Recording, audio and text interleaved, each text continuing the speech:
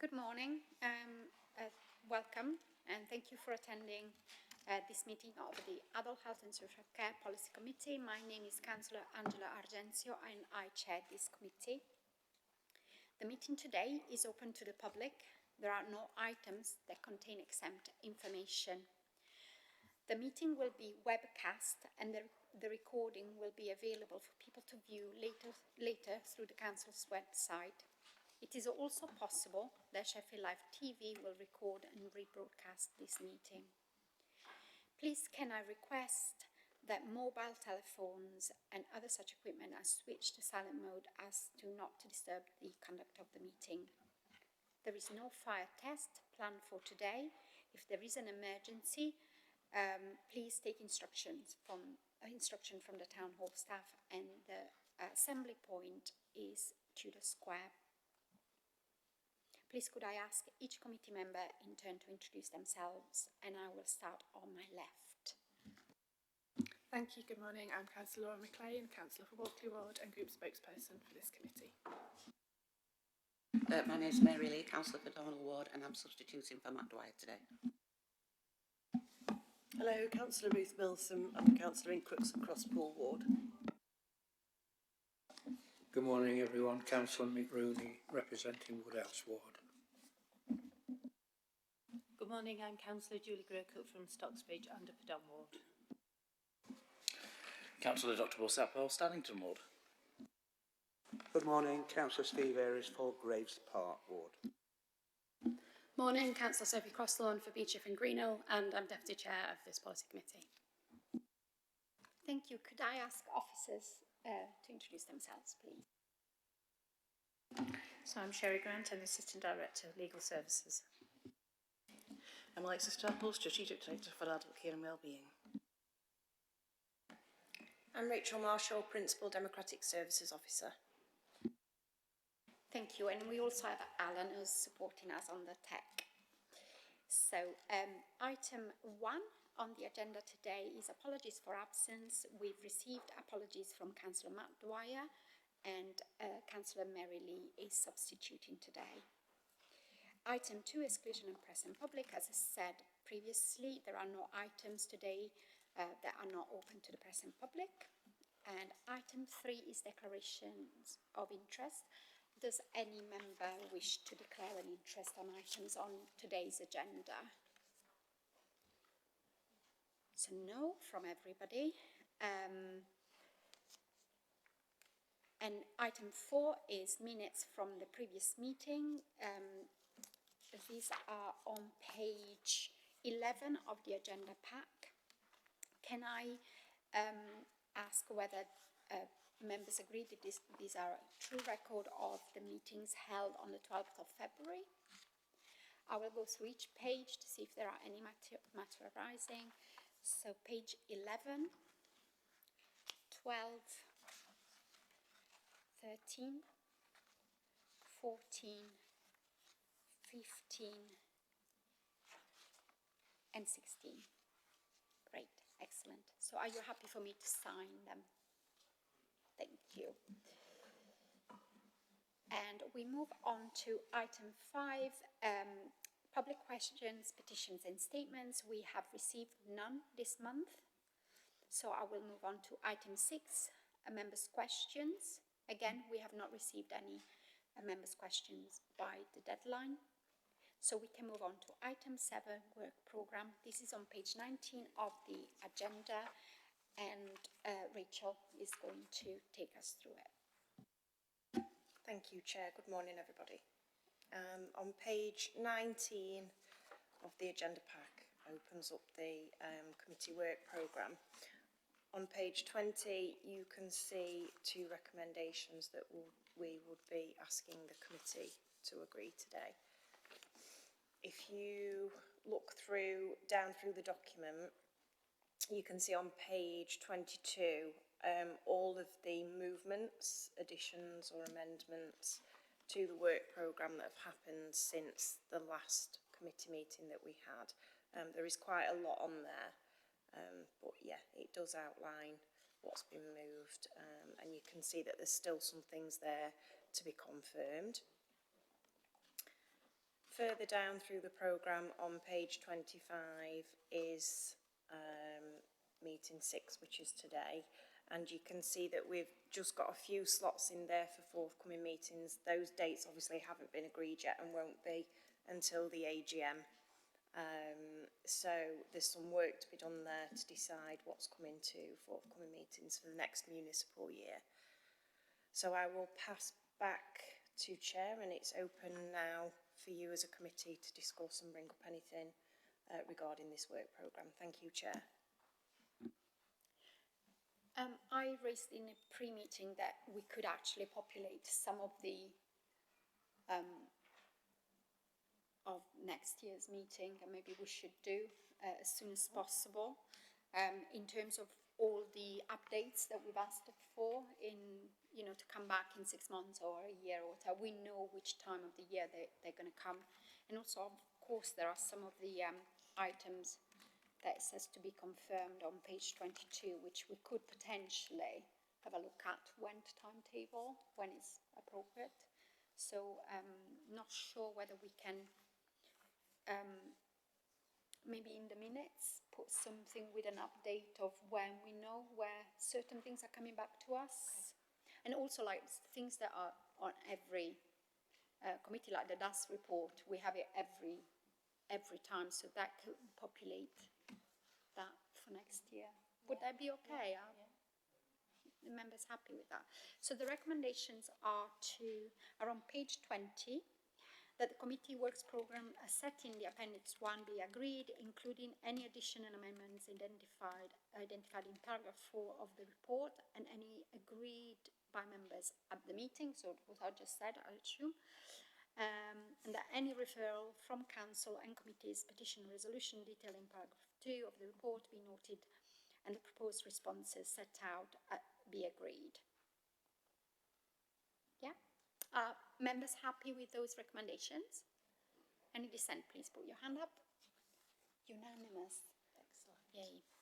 So item 8 of the agenda is on page 27. And it is the Learning Disability Strategy and Adult Future Option Delivery Plan update, and Catherine is presenting this for us. Catherine, if you don't mind introducing yourself just for those people who don't know you. Yeah, good morning. My name's Catherine Bunting.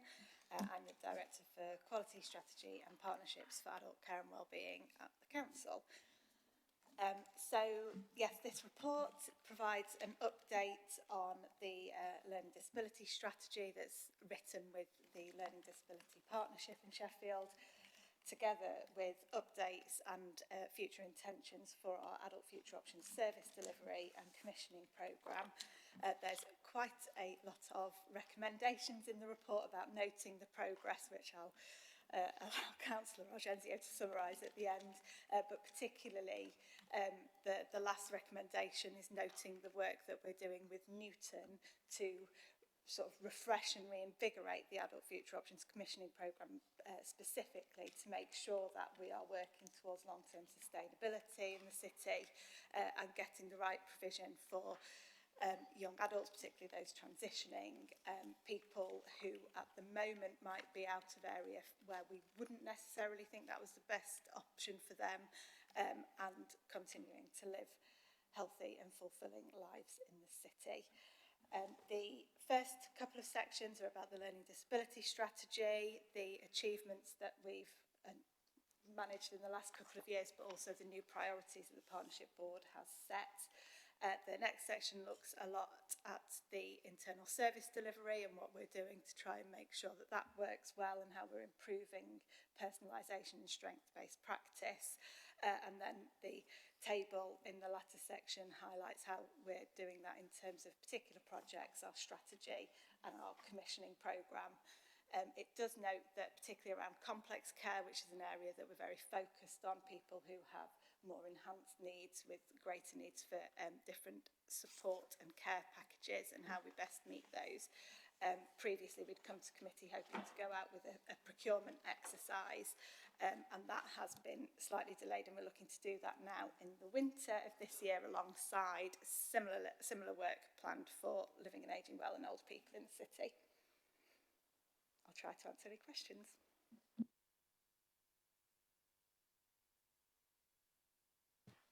I have just a couple, Catherine, if you don't mind. First of all is, you've talked about transitions. I was wondering how and if and how we are capturing the experience of young people with learning disability and their families. And also, are we doing any scoping of the impact of changes to PIPs and universal credit? And do we know how the reduction of universal credit for those under 22 is going to affect us in Sheffield? And if we are or aren't, could we have a briefing on that? Thank you. Yeah, thank you. They're really helpful. So I think that the changes to PIP and universal credit are very much on our minds, and I think a briefing is an appropriate thing to prioritise in the coming months about the impact on that. In terms of how we capture the experience of young people and families, we work closely with Sheffield Voices to try to offer multiple different ways for people to become involved and have their voice heard. I think we are looking at who currently is involved in those conversations, who isn't, both in terms of age but also other protected characteristics actually around equalities. We do have relatively good diversity and diverse representation on that board, but there are still some communities who we feel we need to hear more from. So that is work that is happening as we renegotiate the priorities for the Sheffield Voices project in 25-26. Yeah. Thank you. Are there any further questions? Can I just pass my thanks to you and officers for all the good work that is going on, and obviously this is an area of challenge for not just Sheffield City Council but for all councils in the country. So it's good to see that there are certain things that we're doing really, really well and can be used as an example of best practice. The recommendations are on page 29. There are 6, and it's nearly a whole page. Do you want me to read them? I will have to read them, won't I? Yes, you will. Okay, so it's recommended that the committee note the positive progress made on the Learning Disability Strategy Delivery Plan and the decision to refine the delivery plan priorities for 25-26. Note that the voice of people with learning disability in the city continues to be strengthened, and Sheffield's co-production in this area is recognised nationally as an area of best practice. Note continued commitment to how we do things differently to achieve improved well-being outcomes.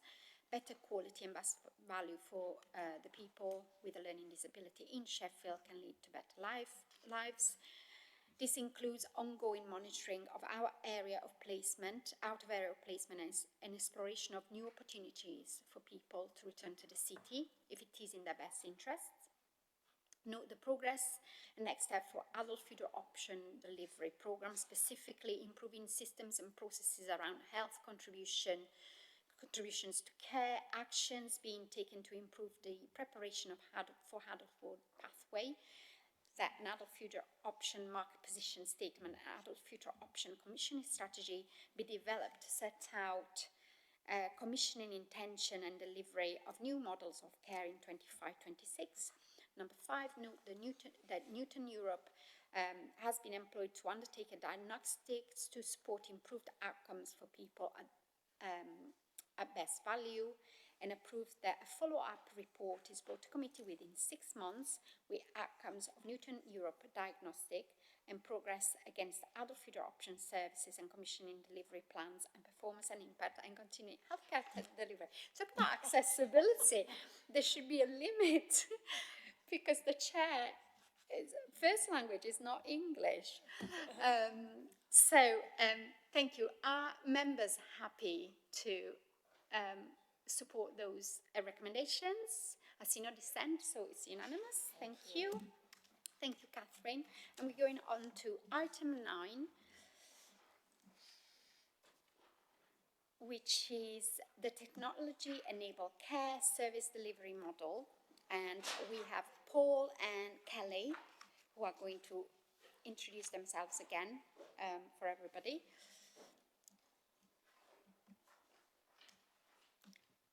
Thank you for the report, very thorough.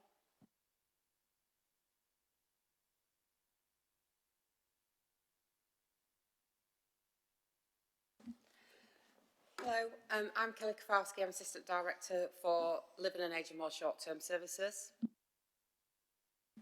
And I'm Paul Higginbottom, Strategic Commissioning Manager, leading on tech and digital transformation. Okay, so a brief overview is of the report is that it is very much aligned to our vision for people in Sheffield around living and ageing well for people independently at home, providing choice and control. So the purpose of the report is to set out an update on our tech-enabled care aligned to the strategy and our delivery plan. So this sets out our vision and aspirations and our hopes around provision for the city and some of the outcomes that this will help us to achieve. So what we are looking for today is for committee members' approval around our tech commissioning strategy and implementation of the aligned delivery model. This will enable us to realise financial and non-financial savings for people, as well as achieve some efficiencies over the next 5 years. So tech-enabled care will really enable us to move forward on our outcomes for people locally. The model is being developed jointly following some robust engagement with people and partners. We've worked really closely with TSA, and the report does outline our ambition to deliver best outcomes, improved customer experience, but more importantly is very much aligned to our values and developing best practice in the region. So, do you want to do the recommendations? Yeah, okay.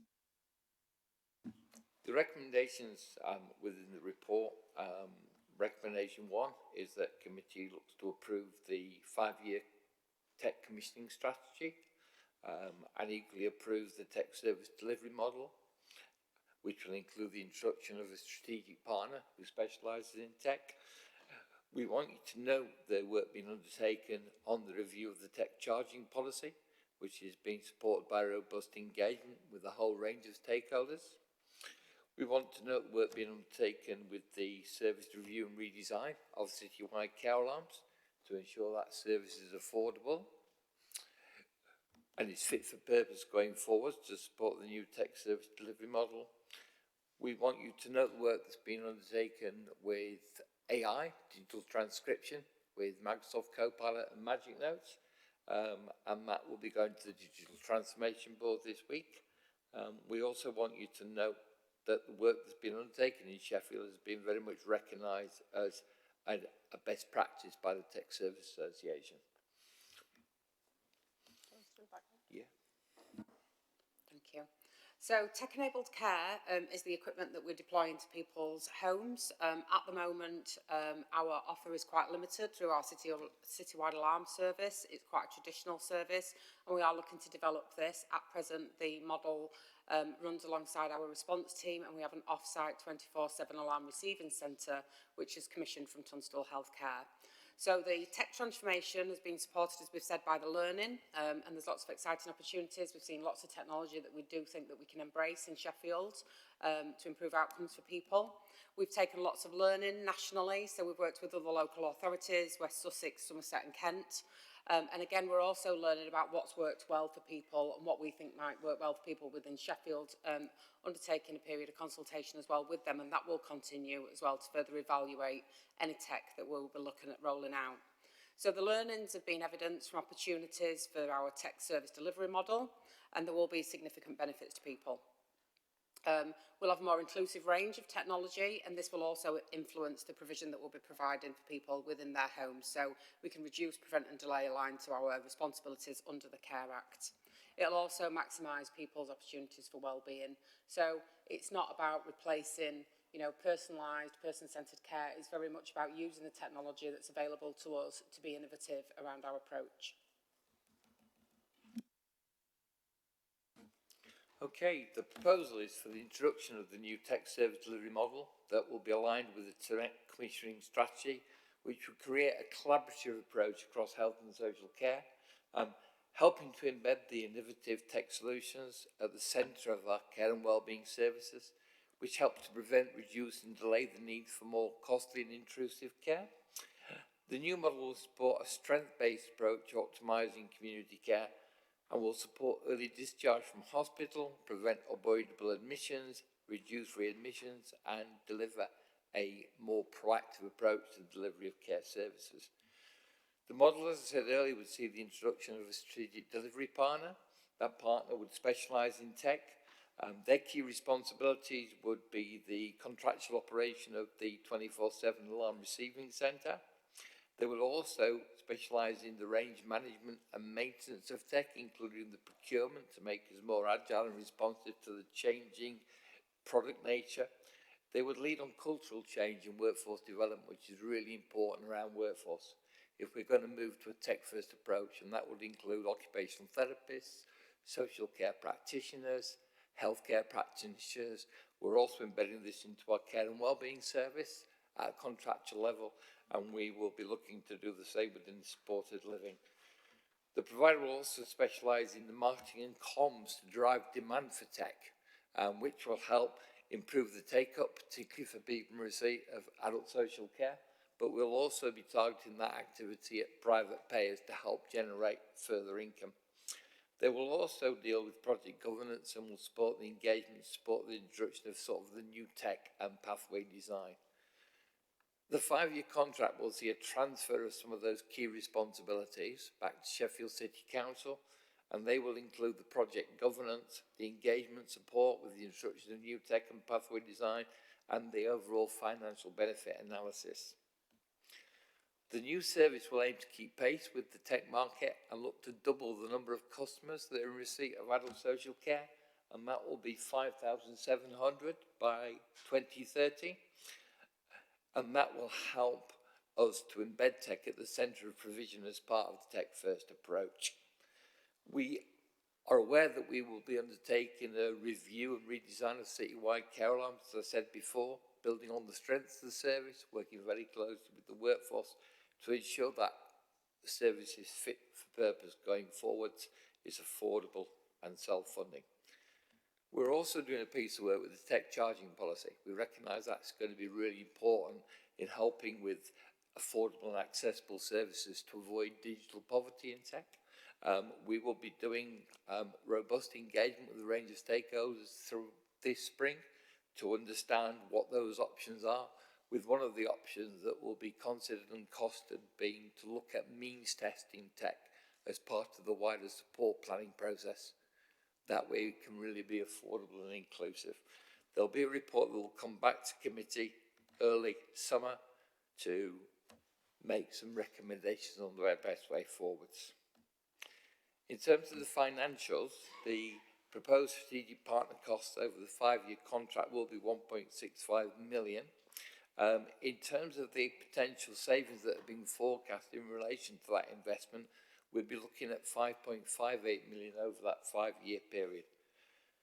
We aren't budgeting for the strategic partner costs in 25-26.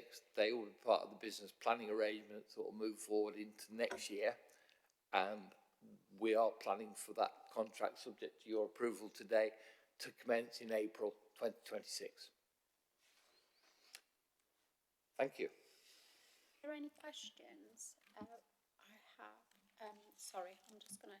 So I've got Councillor Thornton.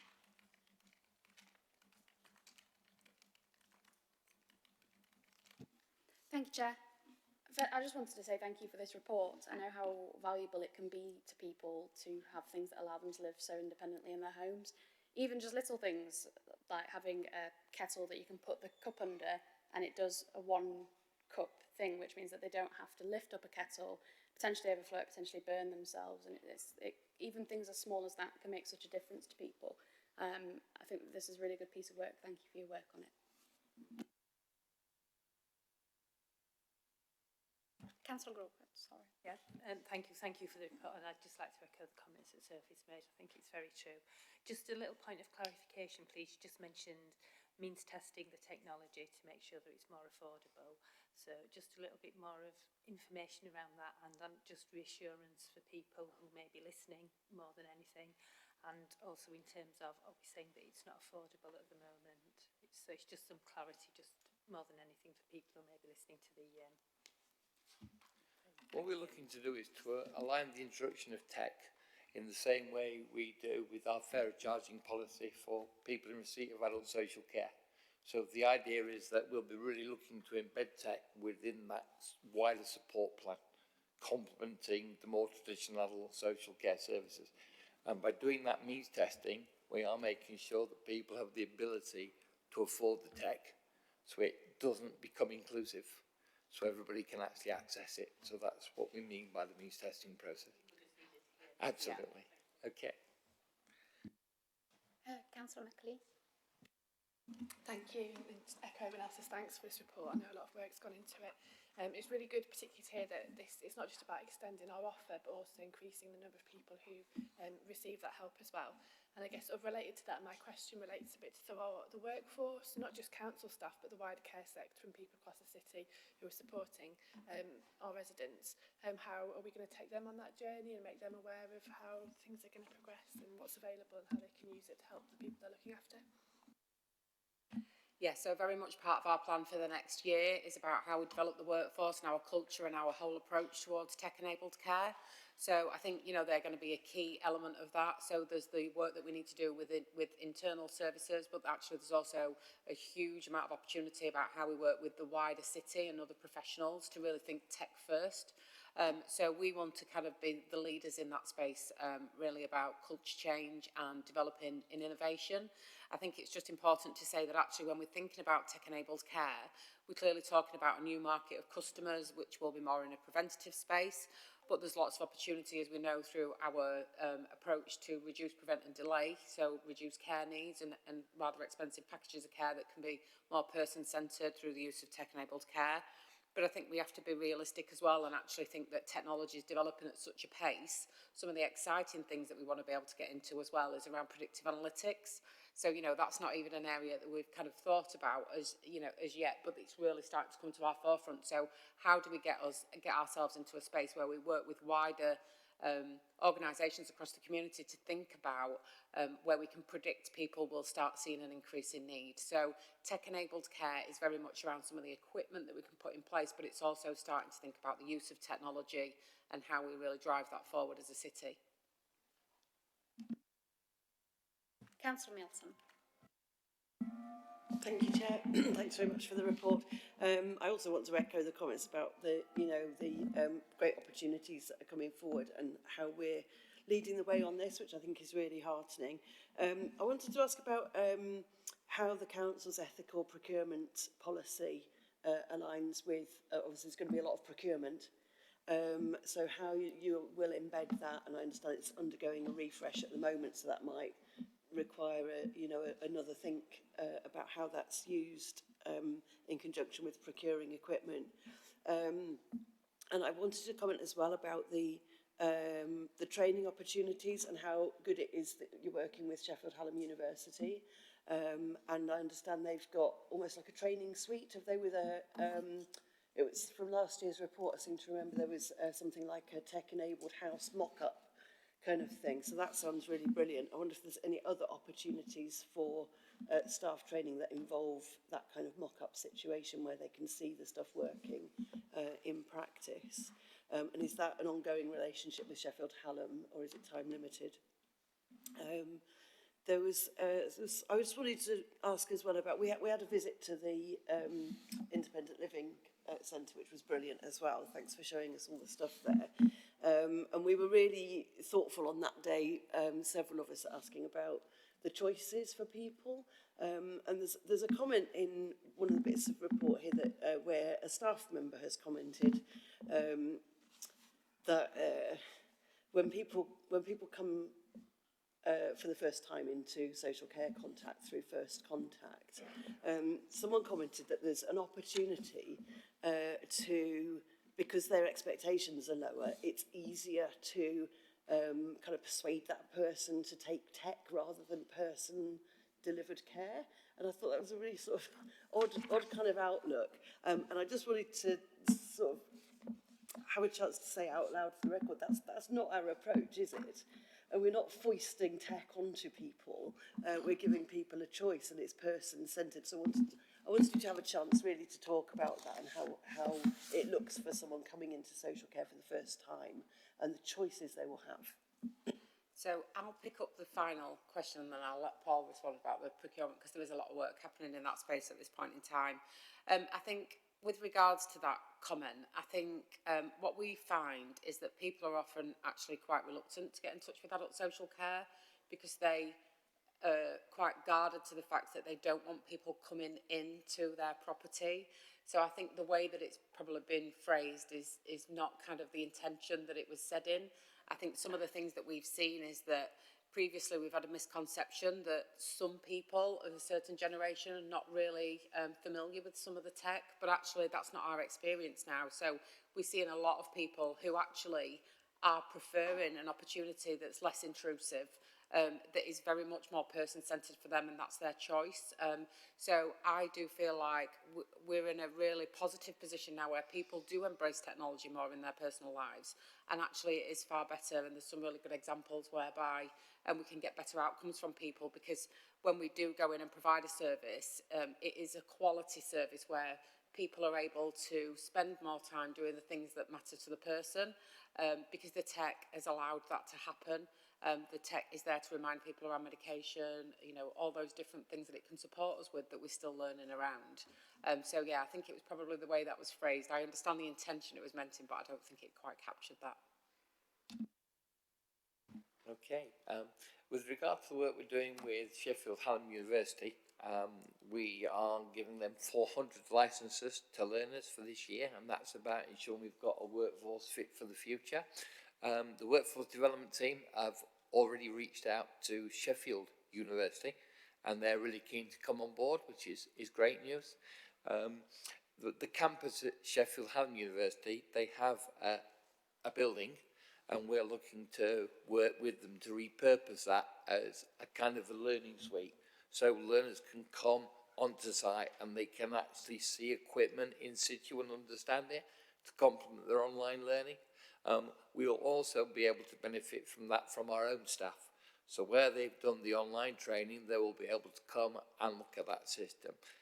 Regarding other opportunities, Nottingham County Council have a really clever way of developing. They have what's called a pop-up learning suite. So they actually go around, and where there is vacated, say, apartments in extra care, for instance, they will actually communicate, and they'll go with a pop-up and invite staff to actually come in for the day and see that. So we thought that was quite a nice, flexible approach.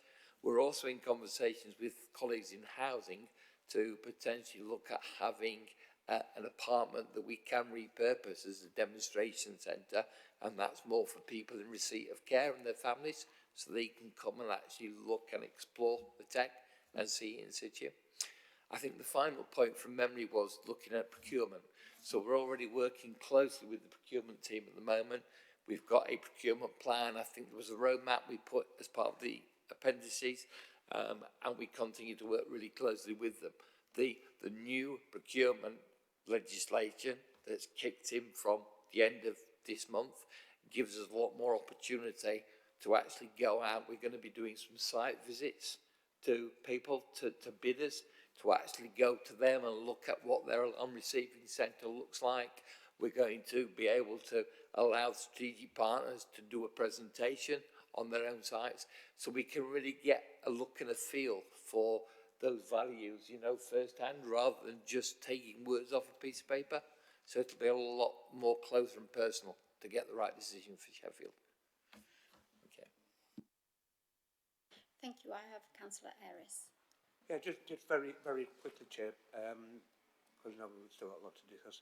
I'm very much sold on tech, as you're probably aware, and I just want to say I really appreciate the way that this has come along and they've brought this forward. I think that in terms of both the way that we are leading and also the choice-based model that you talked about, because we do hear occasionally scare stories about use of AI and technology and all the rest of it, and it's the way that people are given the choice, you know, because some people may be reluctant to take that particular option. If it is properly addressed, and it sounds as though the model that you're going with, that I believe will reassure people that there is technology there that is advancing, and that there are other ways of just going along to socially on the traditional way. So it was really just to say thank you for the progress you've made on this. Oh, it's a really long-winded way to say thank you, Councillor. Thank you for that. No, it's good to actually have things out, because we get briefings, so we have a lot more information, detailed information. So it's good, actually. Thank you. Is there anybody else who wanted to? I have a couple of things. You've already talked about OTs and linking with tech. And I know the answer to this already because of that day that we came for the event. But I'm going to ask in public as well. Obviously, we talked about digital exclusion, and it's really great that we're embedding the tech opportunities into the whole kind of how we deliver care. But nevertheless, there are certain communities that are more affected by digital exclusion. Also, what are we going to do in terms of compatibility for people that have sensory impairment or that have English as a as a second language or an additional language? And I know that tech companies have already come back to us. I was at the sensory strategy launch just last week or the week before, and one person present who had a sensory impairment told us that City Alarm, for example, is not suitable for people with a visual impairment, and they couldn't get on with it. So it's important that we take that into account, and I know we are, but it'd be good to have kind of some reassurance for people. And also, sorry, in terms of the savings, how are we going to track them? And on page 71 in 3.2.4, when we mentioned planet, and this links to the procurement question from Councillor Nixon, we say planet, to contribute to the low carbon future of Sheffield, we will endeavour to work with companies who are committed to government's net zero targets. I think endeavour is a bit too weak for me. I would like something stronger, because I think if we have an ethical kind of approach to procurement, and we say we want to, stand by net zero commitments, endeavour is not enough, I don't think. So if I just pick up on your final point, I absolutely agree, and I think actually we've already set quite a high benchmark in Sheffield with regards to holding our promises around what we're doing around being really mindful of the planet and recycling and lots of our carbon emissions. So I would kind of refer back to our current Mediquip contract around the provision of community equipment, and I think actually through this new strategic business partner approach, that would very much be the standard that we'd want to adhere to. So we're very mindful about reducing the number of journeys, making sure that we have an excellent recycling rate that also then contributes towards the savings. So like I said, we do have very high standards around that, and that will absolutely be one of the key measures that we'll be looking at when we go out to procurement for a strategic business partner. I think just to add to that, you know, it's important that some of the work that we're doing, so we've referenced in the report our work to redesign citywide alarms, and that also means how we work differently with other services. So at this point in time, we've already started those links with the sensory impairment team, and we're working collectively with them. I'm particularly interested to get them involved in us looking and exploring some of the equipment that's available on the market. So I did attend an event at the beginning of last week, and it's really exciting to see how things are developing in the tech-enabled care world, particularly for people with sensory impairment. So we are very committed to that, and we will be involving people across all services with a variety of needs as well, and communities to be involved when we're looking at various pieces of kit and how they may or may not meet their needs. Lots of work, I think, happening in that space, and it'd be really exciting as that develops to possibly be able to invite people down to Darnall. So I know you've already visited the Independent Living Centre, but there's further work that we're doing down at Citywide Alarms with the sensory impairment team. So we can certainly keep you up to date with that work. I think with regards to savings, we're about to leave this meeting and go and have that very discussion, but we are really keen that we track it to make sure that we can provide an update on a monthly basis through our various governance processes and systems and keep track on our savings targets. But there's also something as well about working with wider services, because this is not just the responsibility of, you know, Paul, Tech, you know, the actual hands-on provision. It'll be working with our practitioners to make sure that they're really clear and that we've got the infrastructure built to be able to capture those savings. So it's not an additional task to capture those savings, that we use our existing systems that enable us to report on that. So through the use of liquid logic. Just to add to what Kelly said, I think the report had a very thorough equality impact assessment. That's a real commitment for us. Now the work we've done, the learning shows it's really important that what you have is equitable and inclusive to everybody.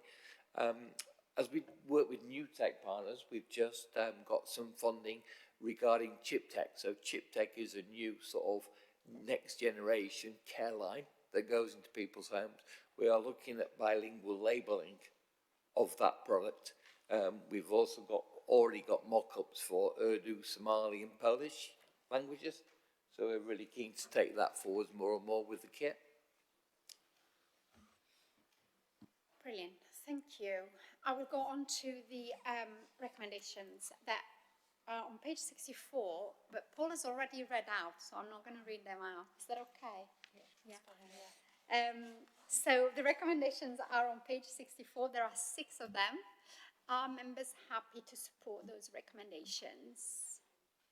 No dissent? Excellent. Thank you.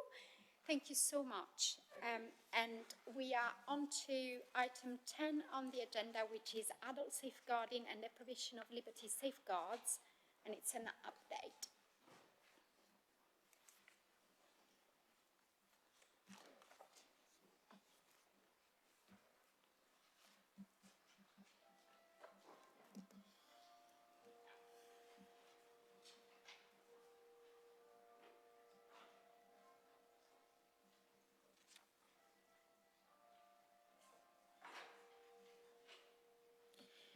Thank you. Dawn and Andrew are presenting. Could you introduce yourselves, please?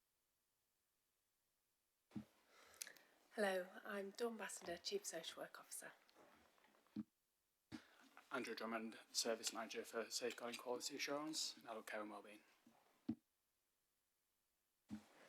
Thank you. So we're here today with updates in relation to the Safeguarding and Deprivation of Liberty Safeguards paper.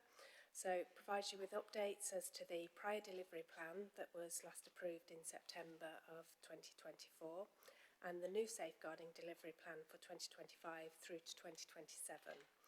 We've also provided an update as to the Safeguarding Section 11 Action Plan, that's Section 11 of the Children's Act 2004, and we've provided you with the updated performance report from Q3. And I'll hand over to Andrew for some details. Thanks, Dawn. So, to take you through a few specific highlights from the report, I want to talk about organisational safeguarding and the successful rollout across the past 18 months in the MASH and care homes team. And that's rollout in practice and understanding, developing a policy and criteria, but also developing our best practice in regards to recording too. So working with our systems developers to ensure that we can record that, and we've got accountability in our records, which has been something which has, I'd say, taken that time and is now in place, where we're working with the rest of the service now as well, and where there are organisational safeguarding cases in other service areas. Other service areas have picked up that best practice from MASH and Care Homes team and working within that framework and documenting in the appropriate ways. In regards to our oversight of people in positions of trust, since January 25, we've got in place an adult local authority designated officer, which is similar to the ladder role in children's. It's, I'd say, quite special as well, in that not necessarily every local authority has an adult ladder, so something to be celebrated. And this is funded by the Sheffield Adult Safeguarding Partnership Board at the moment, and we're looking in this 12-month period to make a real success of that and ensure that it provides that oversight where there are people in positions of trust who've been the source of harm in safeguarding.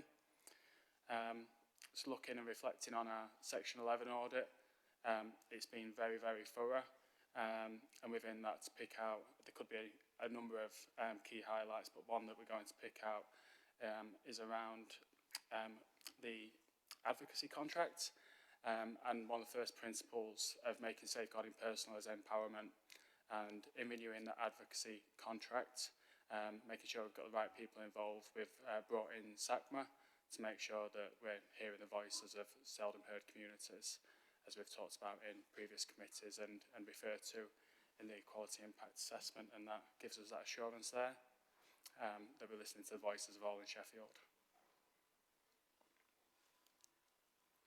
Thank you. Are there any questions? Councillor Sapwell. Thank you for the update, specifically around the dolls section. Looks like some progress, but clearly a bit of a way to go. Have you reached out to Sheffield Health and Social Care Trust to basically maybe make an offer to the psychiatry registrars, a lot of whom will be Section 12 approved, to increase your staffing with that regard, even if it is on an agency or a bank basis?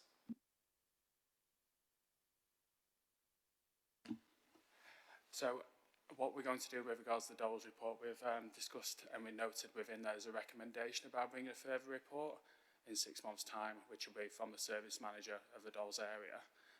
Dawn may wish to, I don't know if you want to add further, but that's where the position at the moment, and one of the recommendations, and he at that point will be able to add further. Yeah, you just covered it really. That I'm not privy to the level of detail of which they've approached the trust. I know they're constant conversations with the trust, but we will take that back and ask Sid to feed that into the next report for you. It's just quite a big pool of labour that you could tap into there on an ad hoc basis. Yeah. Thank you. Councillor McLean. Thank you for the report. My question is also about the dolls, so I appreciate you might not be able to answer it right now. It was just, you talk obviously we've got higher referrals at the moment, and it references in the report that that's at least partly accounted for by expected seasonal fluctuations. I just wondered what the other reasons might be for that, if you could expand on that. But again, I appreciate this might come back with the report in a few months. Thank you. Apologies, yes, that will need to come back with a further report. Again, really good question, and apologies, I'm not in a position to answer that at this moment. Thank you. And like I said, it's good that this is coming back because it's important, but we are hearing about it in the next 6 months, so thank you. I think Alexis wants to come in. So just as part of the dolls, part of the deep dive that we're undertaking is twofold, is to look at some of the context for the reasons for the increase in referrals, to understand it for future demand. Because I don't remember to recall, a couple of years ago, one of the new pieces of legislation was to come out was to essentially move to a different kind of model around deprivation of liberty, but that legislation was then abandoned. And so essentially what happened was all local authorities had to essentially resume with implementing the current legislation. And so for us, it's been like threefold. Number one, dealing with the backlogs, which we've been on to, but getting to a sustainable model of long-term plan around all. So what I've asked is officers to go and do is undertake three things: is look at workforce planning, to what is the workforce that we require to sustainably deliver a safe level of dolls in the future, but secondly, understand the reasons why we're having an increase in dolls. Part of that's practice, part of that's actually practice improvements and greater awareness of actually when we need to undertake it, but also us working to a best practice model where we're saying, actually, we need to do this at point of discharge or in a community and so on and so forth. But also the third thing around dolls is also around is actually what can we use in terms of technology. Just like we heard technology enabled care report there, one of the key things I've asked officers to look at is actually how we use AI and predictive analytics as a way of actually streamlining the process a bit further, so we have the capacity to undertake the volume of dolls that that we are actually legally required to go and do. I would note that we've also taken a significant legal advice around this area as well, because it remains one of our areas of kind of risk. But and certainly in regard to the Section 12 doctors, that's an area we've proactively looked at how can we ensure sufficiency of Section 12 doctors around us, and that's been part of the legal advice that I sought around this matter. Because ultimately, what deprivation of liberty, the deprivation of liberty safeguards do is the safeguard and protect people and their rights, and particularly people without capacity, which is what I think has always been really important about the legislation. So for me, as a core function of safeguarding, it's important that we get it right, for people and to ensure their views and needs are met. So hopefully that's helpful, and we could follow this up with a detailed brief of members as well, which I think will be helpful on the back of this report. Thank you. I have a couple of comments, and then I have a question that is like a technical question about an error that was in the report about a date that we're supposed to say, but I don't know which page it's on. So is it on page 324? There's a date that is wrong, isn't it? It should say 2024, and it says... Yeah, sorry, just to note, on the Q3 performance update, it notes March 24 rather than 25. So... Okay, will you find that and correct in the... or put it in the minutes? I'll record it in the minutes. Yeah, we were told in the pre-meeting, sorry. Rachel has just reminded me. Just a couple of comments from me, just in terms of, it's great to see the progress that we're making and all the good things that are happening. And the conversation is now moved at corporate level. So yesterday, Dawn and Andrew did a presentation to the leaders in the leaders' briefing about how we're approaching safeguarding, as safeguarding is everybody's job, and it's children and adults, and everybody who works and is involved with the council will receive proper training, and we're looking at it from like a more strategic point of view, and that is partly because of all the work that's happened there. Councillor Milson. Just to comment on that, Chair, it's come to my attention very recently that not all of our colleagues, member colleagues, know about first contact. Just wanted to highlight that and how kind of alarmed I was to think that, we've got members who might come across something that really they need to get straight on the phone to first contact and they don't actually know it exists. So I think it's something we need to address quite quickly and maybe consider it a mandatory piece of training that members have to sign off when they become a councillor and refresh annually, something like that. And we did discuss it yesterday, exactly that as well, and mandatory training for staff as well. But yeah, we did discuss training for, but maybe we can have like something quick, because obviously we don't have elections this year, so there is no new members and new training that can be also offered to existing members. So it would be next year, but I think it'd be good to have something. We do have a module on safeguarding when we first become councillors, but things have moved along. So thank you so much. We have recommendations on page 222, and they are as follow. So the committee is recommended to approve the proposed action set out in the Safeguarding Delivery Plan 2025-27. Note for assurance the action completed and those in progress with the Section 11 audit. Note the quarterly performance update for Q3. This should say 25-26. This is the error, isn't it? It's the bit where it says it's been brought in March 24. Okay. Note the 6-monthly briefing on the work of the Sheffield Adult Safeguarding Partnership Board, which will be provided to members to ensure members cited and contributing to the work of the board. Approve the annual updates are provided to committee on progress with the safeguarding delivery plan, with exception reporting during the period where areas of risk are identified. Approve the dedicated deprivation of liberty safeguards assurance report is brought to committee in 6 months, setting out progress with the improvement programme, so that needs to be added to the work programme as well. Approve that dedicated executive and deputyship assurance report is brought to committee in June, setting out progress with the implementation plan to deliver on approval made by the committee in November 24. Are members happy with those recommendations? Brilliant, no dissent. Thank you so much. And we're moving on to item 11. Presented by Catherine.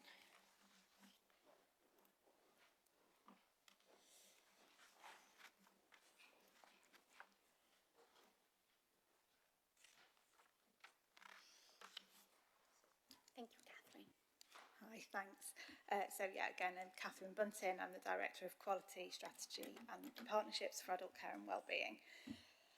So this report is asking committee for approval for the uplift to 25-26 care fees in Sheffield.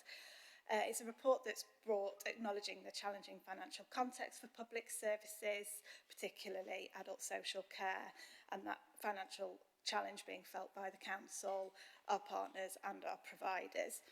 We do also know that that impact does not fall equally across every single provider in the city or in fact the country.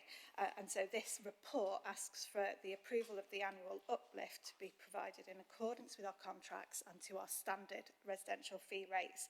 And it also asks for an approval to support our ongoing duties around market sustainability throughout the year to make sure that we continue to deliver on that sustainability and we're able to make those decisions on a case-by-case basis, informed by more detailed conversations, allowing us to keep focused on the people who are receiving care and support in the city and ensuring that they have continuity of care, they're getting the right care that they need, and that it aligns with our commissioning strategies and our policies around the type of care and support that we want in the city. We've included in the report an updated process for providers. Over the last year, we've been using CareQ to support some of the cost negotiations we have around non-standard provision. That's proved very helpful for us in understanding fees. It's given us the opportunity to talk to providers where they might be paying more for certain things, and we think there's opportunities for providers to work collaboratively together to achieve better value for money and efficiencies themselves. And it's something that we want to continue using going forward. And as part of that process can be shared with providers so they know who and where to go to with different types of contractual queries or performance queries, alongside learning and improving from our internal processes and systems to make sure that we support timely resolution to those questions. I think I'll probably be open for questions if that's okay.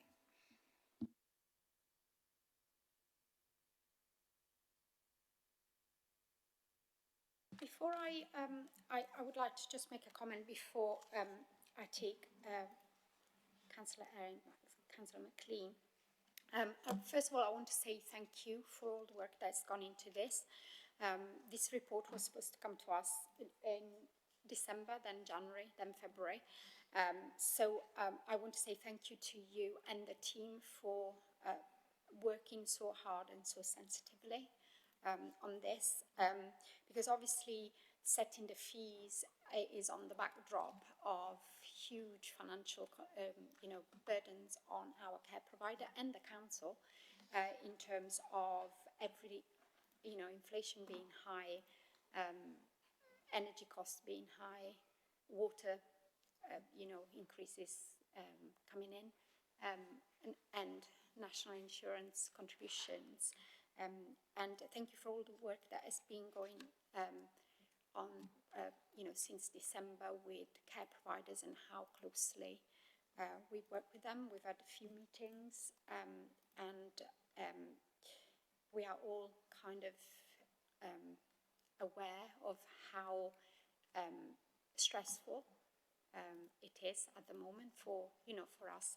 But this is on the backdrop of us ensuring the kind of viability and costing on council resources that have been kind of in real terms underfunded for the last 15 years and continue to be so, and we are still 22% less well off as a council as we were in 2010. So I just wanted to put that in perspective because the questions are going to come in, I'm sure. And obviously you won't be able to answer everything as an officer, but yeah, thank you. I just wanted to say that before I start. I'll take Councillor Ayres first. Yeah, thank you, Chair. Thank you, Catherine. One or two questions on the private payers, basically. So, could you give them? I mean, I don't know whether you have all the answers now, but the questions are: can you give a rough estimate of how many residents in residential care pay privately? How much on average do they pay compared with how much council they pay the council providers towards the care for on a weekly average, an average per week, and who actually picks up the difference? Just to be clear on who picks up the difference. And the last question on that is: does that equate to cross-subsidising private and public residents? Thank you, Chair.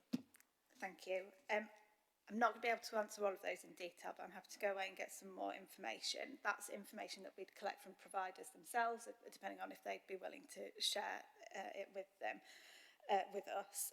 In terms of how much they pay, what I do know from existing conversations is that it can be very different.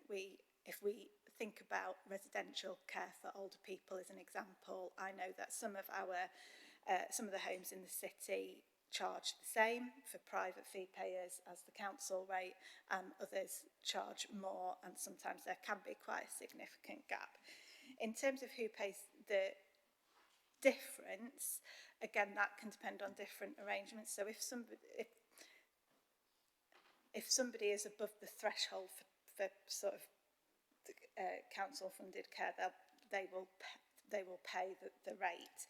In some placements, some providers ask for what we term a top-up, and that policy is something I think I've noted that we want to review and cleanse, actually, because sometimes it can be applied in very different circumstances, and we think it would be useful for council officers, for providers, and for people in the city to have a good understanding of what that means. So sometimes it can be about a care home a room in a care home that looks out onto the garden, or is bigger, or has a bigger ensuite. So it can be related to add-ons, if you like, to other rooms.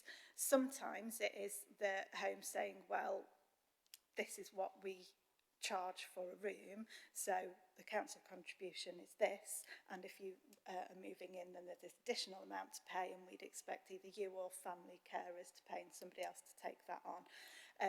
That continues until it doesn't continue anymore, and in some instances the council then picks up that cost. And then your final point, was about cross-subsidising. When I introduced the report and I said that the financial context sort of doesn't fall equally or in the same way across every provider, or indeed every type of provision, the ability for different providers to take private fee payers is one of the differential factors that means that some providers might be more able to weather a financial storm than others. When we've been in consultation with them, one of the questions we've been asking is, are you planning or thinking about increasing private rates this year? And some providers have said yes and some providers have said no, and we don't have full detail on that yet. And I think that way back in sort of 2022, when we were looking at the cost of care provision, there was an acknowledgement that currently, not just in Sheffield, must make that point, absolutely not just in Sheffield, across the country, there is a difference in what private fee payers will pay and what councils fund.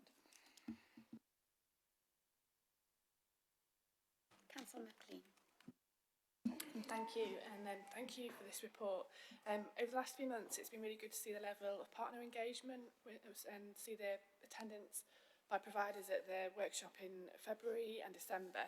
And so obviously today we are sort of acknowledging setting the fee rates, but I just wondered, moving forward over the next 12 months, what does that engagement and look like? How are we going to continue to ensure the sustainability of the care sector in our city? Thank you.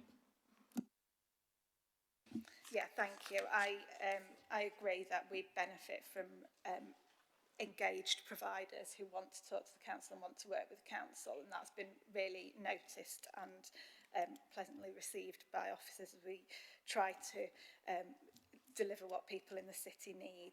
We'll certainly continue to hold wider forums for providers to discuss any risks or issues that they challenge, whether that be financial, about quality, about new policy impacts. And as well, I know a lot of providers have got ideas and innovation and service development that we want to do, and we really want to be able to create that environment where they've got the time to do that.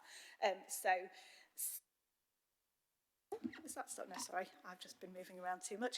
Certainly fee rates are a critical part of that, but so too are the commissioning strategies that we have, the contract makeup that we offer, and particularly a lot of providers before Christmas in December, when we were talking about what is useful, they definitely fed back that having a kind of long-term contract and feeling of sustainability is the foundations for creativity and real innovation.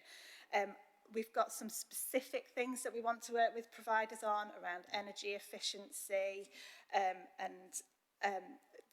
that sort of collaborative or collective purchasing power that providers might have, which might have an influence on things like energy costs, on food bills. We're currently talking to one energy provider, in fact, to see if they can work with us in a sort of socially responsible way to offer better value for money for some of our building-based activities.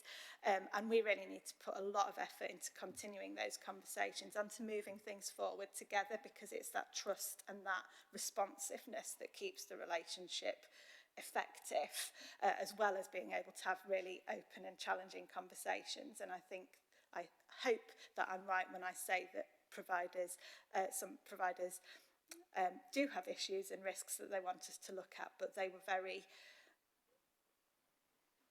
pleased, or they acknowledged at least, that the council was coming out to discuss those challenges with them in an as open way as possible. Yeah, I think probably that's where I'll stop, if that's okay. Thank you, Councillor Milsom. Thank you, Chair, and thanks, Catherine, for the report. I think it's really good that we seem to be getting more towards a position where private providers are becoming more open with us, and I'm sure that part of that is a more healthy culture that's been encouraged by us being more open with them. So I think it's worth, really commending the work that's done in building those dialogues. And I really like the fact that we seem to have more opportunity to see behind what's going on financially for a provider. And as you've just described, the ability to work directly with an individual provider to help mitigate costs and find practical ways to do that. So that's obviously good for everybody, and hopefully is a way of prioritising quality of care by actually mitigating spiralling costs for people. So I just wanted to highlight that I think that's a good thing, and we should keep going with that. And thank you for the work that you've done in that. It's public money, and I think when public money is being used, it's only right that there should be as much transparency as possible. So please keep going with those relationships, because I do think it's going somewhere better. Do you think we're in a better position in terms of dialogue and healthier relationships with providers through all the work with the provider forums? And when a provider approaches us, I was going to ask what kind of conversations can we have to help mitigate costs and make sure they've explored every possible route that can be offered to keeping costs down. So you've talked about energy. Is there anything else? Yeah, I think we've got constructive relationships, and I think it's the right balance of transparency and challenge and openness coming both ways, and that's the measure of it, I think, rather than having a situation where you don't communicate at all or it's not fully open. In terms of the individual conversations, I think what we've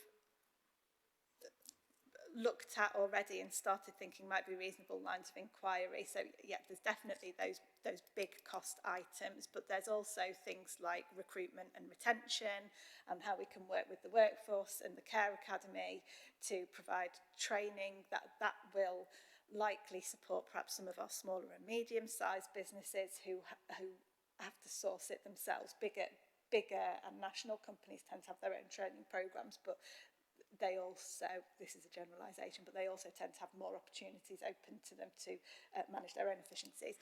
So definitely workforce training is an area to look at, as well as retention, and looking at what we can do to support proportional and effective use of agency staff, which can increase costs, and that's not always for carers or care staff. Sometimes it can be related to chefs actually, and the rates for that being higher than one might expect. So together, not only is Sheffield but also sort of regionally, and the providers can work to mitigate those costs. On the other side of it, sometimes we can ask questions about staffing ratios, management ratios, different budgets that different providers might have, and we can at least share information about what our benchmark data might suggest that other providers are spending on that, where it might be high, and then sort of pass that back to the provider to go and investigate themselves to see if they might be able to do something about it. Yeah, so it can be very different. I would say they were the key areas really where we can look to have some movement in some of the cost pressures. Thank you. I have Councillor Sapwell, Councillor Grocott and Councillor Thornton. Could I take all three of those, and then Catherine, if you don't mind responding? Yeah, thank you very much. In paragraph 4.7, just to drill down on the previous two questions, you've mentioned you've managed to reach out to 40 providers, get survey data on them. There's clearly a lot more to go. Just specifically, is there a programme of work to reach out to the rest of the markets, and will that data be fed back to councillors so that this is the big issue of the moment and we are worried about provider exit? Catherine, can I? Yeah, thank you. Mine's just pulling us back to a paper that we had earlier about tech-enabled care. So I suppose it's really about understanding tech-enabled care versus care providers, and I'm sure someone somewhere in the council is joining up the dots to make sure that everything is working perfectly and in harmony. But I think as members, it will be helpful to understand how those two fit together and what that is going to look like in the future. I think for me it's about bringing it together so that we can understand the whole, not just that we're doing tech-enabled care stuff over here and we're doing work with care providers over there, how that fits together. So understanding then how that brings about providing the best service that we can for our people who are accessing our services, how that then brings us best value. And while I was waiting to ask the question, it also got me thinking, Catherine, when you mentioned the Care Academy, and I suppose understanding the programme that goes on in the Care Academy and how that also fits in with the tech-enabled care work that is going on as well. Thank you.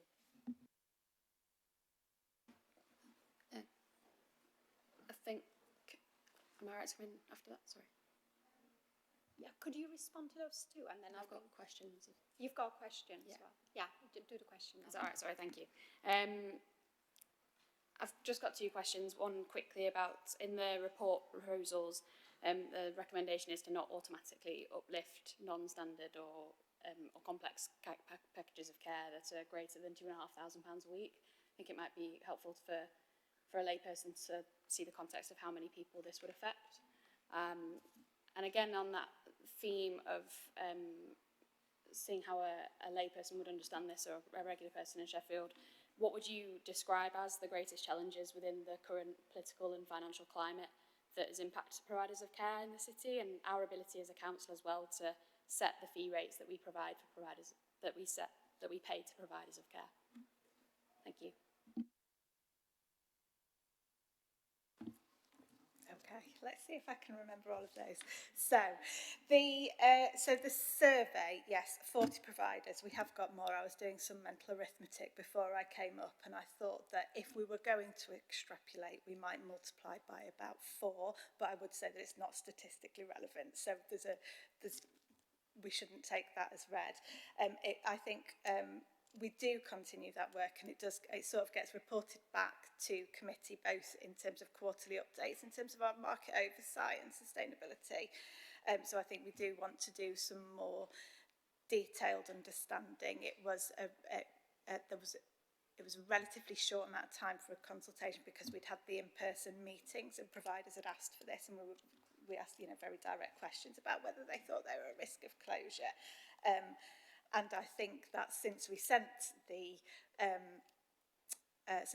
questionnaire out, a couple of other national policy things have become clearer, and more providers might want to respond. So we'll definitely keep looking at it, and we'll definitely feed that back. From the 40 providers that came back, although we did note that one home care provider would be considering exiting the market, from the point of view of continuity of care, that doesn't present a risk in Sheffield. So yes, we'll definitely keep looking at that and feedback both in briefings and publicly via committee. Tech-enabled care. Actually, I'm really pleased you asked that question because it goes back to Councillor Nilsson's question about those key lines of inquiry for efficiency, and I didn't mention digitalisation and tech-enabled care, which of course is a really big one. What I would say is there's some parts of where we can support providers with a kind of digital transformation, which they can use themselves around different technologies around supporting back office and processes better, which would deliver financial benefits to them. Where we're looking at tech-enabled care as part of our service delivery, that's going to be potentially a split benefit. Because the sorts of things that can do is support more proportionate overnight care as staffing levels, for example. That can be a better value for money use of public money to get the care that people want. It can allow people to feel more independent, more, and more enabled in themselves, and it can also support providers with their workforce, particularly around reducing agency possibly, or having more efficient staffing models. But that would be, it is important to note that with some appropriate and good use of technology-enabled care, that does impact on the costs that we would be paying for provision, and so that has to be worked through together with providers. So you're absolutely right to point out that has to be joined up and worked together with conversations like this. And I have made a note to go and talk to John Chamberlain about the Care Academy and training and confidence for internal staff and our provider staff around the digital opportunities and tech-enabled opportunities. So thank you. And then how many packages? So I did a bit of work on this with the team over the last few weeks. I would say the not automatic uplift allows us to continue the work with the care cubes, continue working with providers in a positive and sometimes challenging negotiations around making sure that we're paying appropriately for care and what else can happen. I would say that there are approximately 70 care packages for 18 to 65-year-olds. So that would include people whose primary support need is related to mental health or learning disability or physical disability, where those packages are higher than that cost. And we've included joint funded packages with healthcare. So it's about the cost of the package rather than only the council's payment. And it would probably be slightly higher for older people around that. So it's again, we're working on that and getting some detail around it, as well as doing some work around whether we've had existing conversations in the last 6 to 12 months with some of those providers, and we want to not cause a delay in any decision there where we can make individual recommendations. And then your second question around the greatest political and financial challenges, I'll probably do political with a small p, and the financial challenges, but I think that there are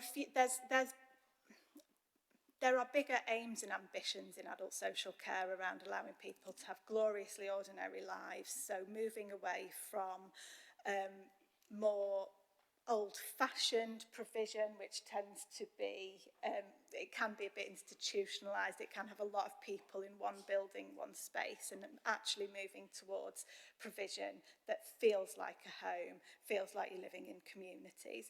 And some of that is a massive opportunity and can offer us great value for money and brilliant outcomes for people. And actually, I didn't mention it in the Adult Future Options report, but lots of our accommodation plans around that are delivering exactly that: appropriate, reasonable rents with appropriate supported living and one-to-one support. And that there's also some of that with older people, where we want more people. Is our home first policy, and again, it's not just Sheffield that are looking to make sure that people are living in their own homes for longer. That means changing the mix of provision in a local authority area, and it could mean that there will be some providers in between that home-based care and more complex residential care who there's an opportunity for them to shift and move into different models of delivery, and that can be challenging both financially, also in terms of workforce development, also in terms of recruitment, and timeliness and how much time that takes in a context where arguably lots of providers are looking day to day, week to week about what they're doing. So that's a real sort of challenge that I think we need to work together to overcome. And I think that the work around workforce for adult health and care, and I use the two words delivery, is also something that we need to be working collectively on, not just in Sheffield, regionally, nationally, to make sure that we are encouraging people into care, that it's a rewarding career, that there is progression, and that we're also working closely with our health partners to make sure that there is good community nursing, good nursing provision in residential settings where it's needed, so that people can continue to live in Sheffield. Thank you. I have 3 more people who want to speak. Could you kind of be to the point, please? And just to put it in context, a package that is £2,500 per week is 130k a year. So multiply that by 70. I know that so it's even very few people. It's a lot of money. 10 people is over £1 million. And that if it's the minimum, but there are some packages that can be considerably more than that. And that's why it's important that we don't just, put an uplift on without checking. Thank you. So I have, in order, Councillor Lee, Councillor Groker wants to come back in, and Councillor Rooney. Could you come in that order? And Catherine, can you respond to them together? Thank you. Thank you, and thanks for all the information in the report that you've given us. I'm it's really a comment about the report and the current situation, but it sounds to me that the relationships you have with care providers across the spectrum, whether it's residential or home care or whoever, that relationship gives me confidence that you understand each individual care provider in terms of their sustainability, and that if there were issues with any individual provider, whether it's a national provider or a small Sheffield-based provider, that you would pick up very early any issues that they might have in terms of providing the care and support that they obviously aim to provide, and that you can pick up those issues quickly and put something in place that will ensure that the care home or provider will can remain sustainable in the longer term. Am I picking up that right, that that is the kind of work that you do and the relationships you have to enable that to happen? Councillor Walker. Yeah, very quickly. Thank you for letting me come back in, Chair. It's just in relation to the embracing the tech-enabled care. Have we spoken to the care providers about the additional cost that there may or may not be to them for embracing it, and how are we considering factoring that into the costings that we're looking at? Thank you. Councillor Rooney. Thank you very much, Chair. One is a comment. I think you should patent that expression, gloriously ordinary. It's one of the best I've heard for a very long time. The other is a question in terms of costs. I mean, I automatically think power, gas, and electric. Do we know what... I remember recently opening my new water bill and thinking, what? And I'm just wondering what the charging increases in terms of our providers, in terms of something very basic like water. Mine was about 40%, I think. Mine went up by, I thought, you've got to be kidding. But anyway. I think care homes pay less, they pay no VAT or less VAT on utilities, but I'm not sure. I know they're huge. Okay, thank you. So many comments, so I can be a bit quicker. So yeah, I think the relationships are good, and we definitely try to pick up risks early for individual providers. The thing that I would say that we try to ensure is that people have continuity of care rather than each and every provider keeps going, because in some instances a provider exit or a provider change might be firstly their choice and what they want to do, and also the right thing to do. So but that's what we try to do. We try to make sure that we've got a really good picture of where the market is as a whole and any risk for any individual providers and what that would mean for the people who are receiving the care and support. With the tech question, so we are delivering the kind of tech programme informed by pilots or trials with different providers, where we, in some instances, we've been able to do invest to save models to get equipment in to test it out and understand what the costs might be before we implement any change with providers, and then we can have those conversations about what rolling it out where it's been most successful would be. So I would say that they were iterative conversations. Gloriously Ordinary Lives isn't mine. There is an organisation that I'm quite sure is patented it. It is brilliant, isn't it? That's what we want for people. I wish it was mine, and I couldn't give you, I'm sorry, an exact figure around utility increases, but I do know that, and part of that openness and that relationship with providers is that I have got a few emails, and I suspect that a couple of other officers and possibly some members have too, where providers have shared with us, as an example, this is the difference that my electricity bill is going to have this year. And for some bills, it depends when individual providers' agreements come to an end and they'll be renewed, and for others it's an annual cost, but we definitely recognise that the context that we all live in as individuals also impacts on our providers. Thank you. Before I move on to the recommendations that are on page 280, I have Councillor Thornton coming in. Thank you, Chair. First of all, I think it's worth noting that this isn't really a position that we want to be in, with the budget constraints that we have as a council, and also many of us have been contacted by providers that are really rightly worried about where they might be in 12 or 24 months' time, and concerned about the political impact and the political choices that they've had from the government hiking national insurance contributions on our providers. As such, I would really like to propose an amendment to add to the recommendations, please, to amend by the following to the Chair of Adult Health and Social Care Committee to forward a copy of this report to the Chancellor so that she can see in front of her and her team the impact that this is having on people in Sheffield and providers in Sheffield. And for the Chair of the Adult Health and Social Care Committee to write to the Chancellor to call for an exemption for care providers to be from the increased employer national insurance contributions, and for the opportunity for all of us as group spokespeople to co-sign that letter. Thank you. Thank you. Do I have a seconder for Councillor Grocott? Thank you. I'm going to give you...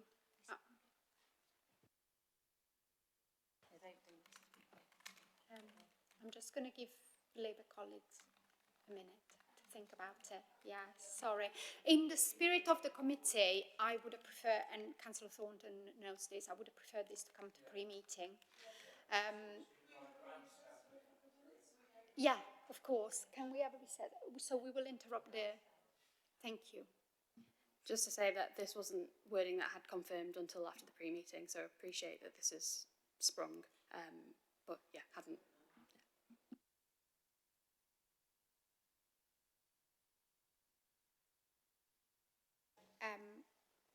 The amendment put through from the Deputy Chair of this committee, Councillor Sophie Thornton, is to add an extra recommendation to the two already provided in the report. I'm going to read the amendment, the added recommendation, then we will vote on whether to accept this one, and then we will vote on the two recommendations that are already in the report, with or without the amendment, depending on whether it passes. So the recommendation to be amended by the following: the Chair of the Adult Health and Social Care Committee to forward a copy of the report to the Chancellor.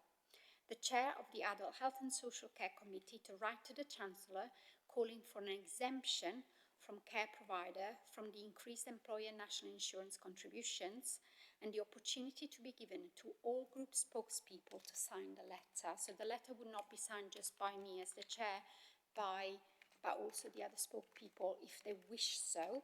And I just want to clarify, we had a conversation with Legal and Finance, and the exemption from the increase, this is at national level, not Sheffield City Council kind of level. So it's like just an exemption for care providers nationally, not in Sheffield. So I am going to put this amendment to the vote. So please, can colleagues who support this amendment put their hands up?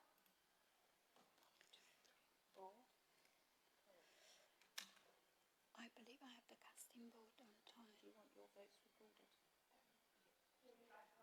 We would like our votes recorded, and just to express that one of the things we have appreciated about this committee is that we've always worked together and sort of discussed things ahead of meetings, and we are disappointed that this was announced sort of at the last minute, but we would like to record our vote on this, please. Thank you. So do we do it as a... I'm to hand over to Yeah. I'll just explain. Yeah. How does it work with the chair's vote? Yeah, we'll come to that. You'll have the casting. Can we just vote for now? Yeah. Yeah. If you just hand over to... yeah.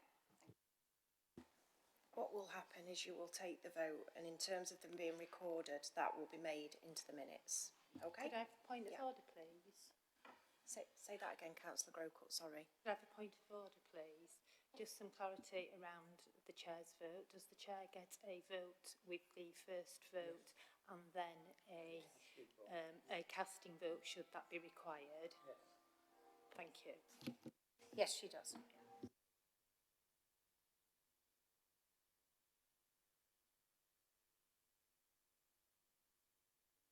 Can members who are in favour of this amendment put their hands up? No.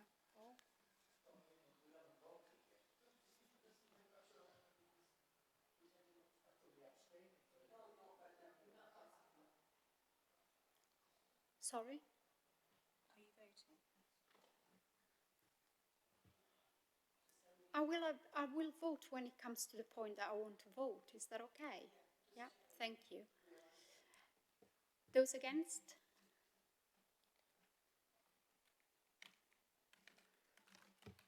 That's 4 against, so the Chair has the casting vote on this matter.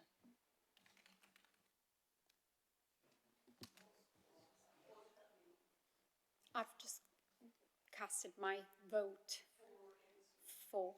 Thank you. So that means that that amendment's been approved.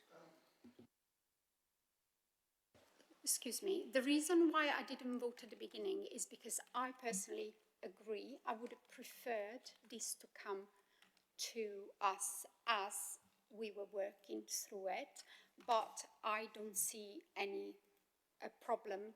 And actually, I would have liked probably this to be one of the recommendations, but I suppose it's not for an officer to suggest something like this. So I'm happy to support, obviously, those members that want to sign the letter. I don't mind even if members of the committee sign the letter with me, and we'll send it off. So we are taking... Yes. I am now going to move on to, because we are going to run late. I'm going to vote on the recommendation as amended. So, Didn't say what your first vote was. You just sat there and said nothing. It's just been explained. Explained it to you. Moving on, thank you. So the recommendations are on page 280 as amended. The recommendation are Adult Health and Social Care Policy Committee recommend to note the approach to the market sustainability 2025-26, approve uplift as set out in paragraph 222 to 24 to 25 and to 29, and the added recommendation as per amendment. Are members happy with those recommendations? Can you put your hands up? I'm just a bit confused. So that the amendment that myself and Labour colleagues voted against is being accepted. So that stands. That's how we're voting moving forward still. But we can accept the other recommendations. You could, yeah. Yeah. So that makes yeah. Voting in parts. Yeah, voting in parts. Yeah, that's fine. So yeah. Sorry, I was just about getting to that. That's what I would really like to do. Yeah. Are members happy to approve all three recommendations? Is there any dissent? What's the dissent? We're voting for the recommendations in the original papers that were presented 7 days ago and continuing to vote against what we've already voted against. Thank you. Is that clear for the minutes? Thank you. Well, it had to come to the point that it hasn't happened in 3 years. This is yeah. So, so that people know that we not always, harmonious. But thank you. We're moving on to item 12, which is the 2024-25 quarter 3 monitoring report. So this is up to December, and Jane is presenting. Thank you, Chair. My name is Jane Wilby, Assistant Director of Finance and Accounting, and I'm here to present the financial position for the Council for the third quarter of 24-25, which is 9 months of actuals to December 24 plus a 3-month forecast. It's worth noting that the timing, my team are getting ready to close the financial year end in the next week, so we usually report the final outturn position in June. So the outturn position at quarter 3 is that of a 34.8 million overspend for the Council, which is 7.1% of our net revenue budget, which is £800,000 worse than the estimated position at the second quarter. So this includes overspends of 11 million in adult social care, 16.2 million education, children and families, and a further 11 million supporting costs for those facing homelessness. Like many councils, we're grappling with significant financial challenges, and these include increased demand for our services, especially in social care, where we're seeing increased complexity of need and a higher cost as a result, a surge in education, health and care plans as a knock-on impact to home-to-school transport costs, and a national shortage of suitable housing, which has caused a reliance on temporary accommodation. A 34.8 million overspend is not a comfortable position to be in, and whilst we are reporting a 93% delivery rate on our in-year savings plans, there's still quite a lot of work to be done to address the underlying position in our budgets. The Council will fund the overspend this year with a specific provision set aside for the housing subsidy loss issue and the remainder of our budget contingency reserve. If overspends occur in 25-26, the use of specific earmarked reserves will be required to support Council services. The Council will need to continually assess this reserves position to ensure that it retains sufficient reserves to meet future risks. In response, Finance colleagues have been working with service leaders with the key underperforming budgets to understand the drivers of the issues and develop those targeted action plans to support financial recovery. Alongside this, there's been some immediate measures put in place to reduce costs, including recruitment review panel across the Council to ensure staffing decisions are made with careful financial consideration and appropriate challenge. In Adults Committee budgets, there's a forecast overspend of 11 million, and the majority of this shortfall target is against care budgets, particularly in learning disabilities, which accounts for 9 million of the gap. The other 2 million is in employee overspends. Work continues to progress on the recovery plan, but we forecast to fall short by 4.1 million this year. The actions in place will address the challenges, including establishing enablement teams to focus on strength-based reviews that will have an impact on next year, and a focus on reducing and rebalancing the cost of care remains a priority. Optimising care models also aims to reduce the need for long-term care and support and focus on sustainability. The Council's overall response to the position is the Future Sheffield programme, which is our strategic approach to Council change that will help us modernise and improve the way we work to deliver a balanced budget and will capture some of these key challenges that we face. In adults, we're working with a strategic partner to diagnose areas for opportunity for cost efficiencies.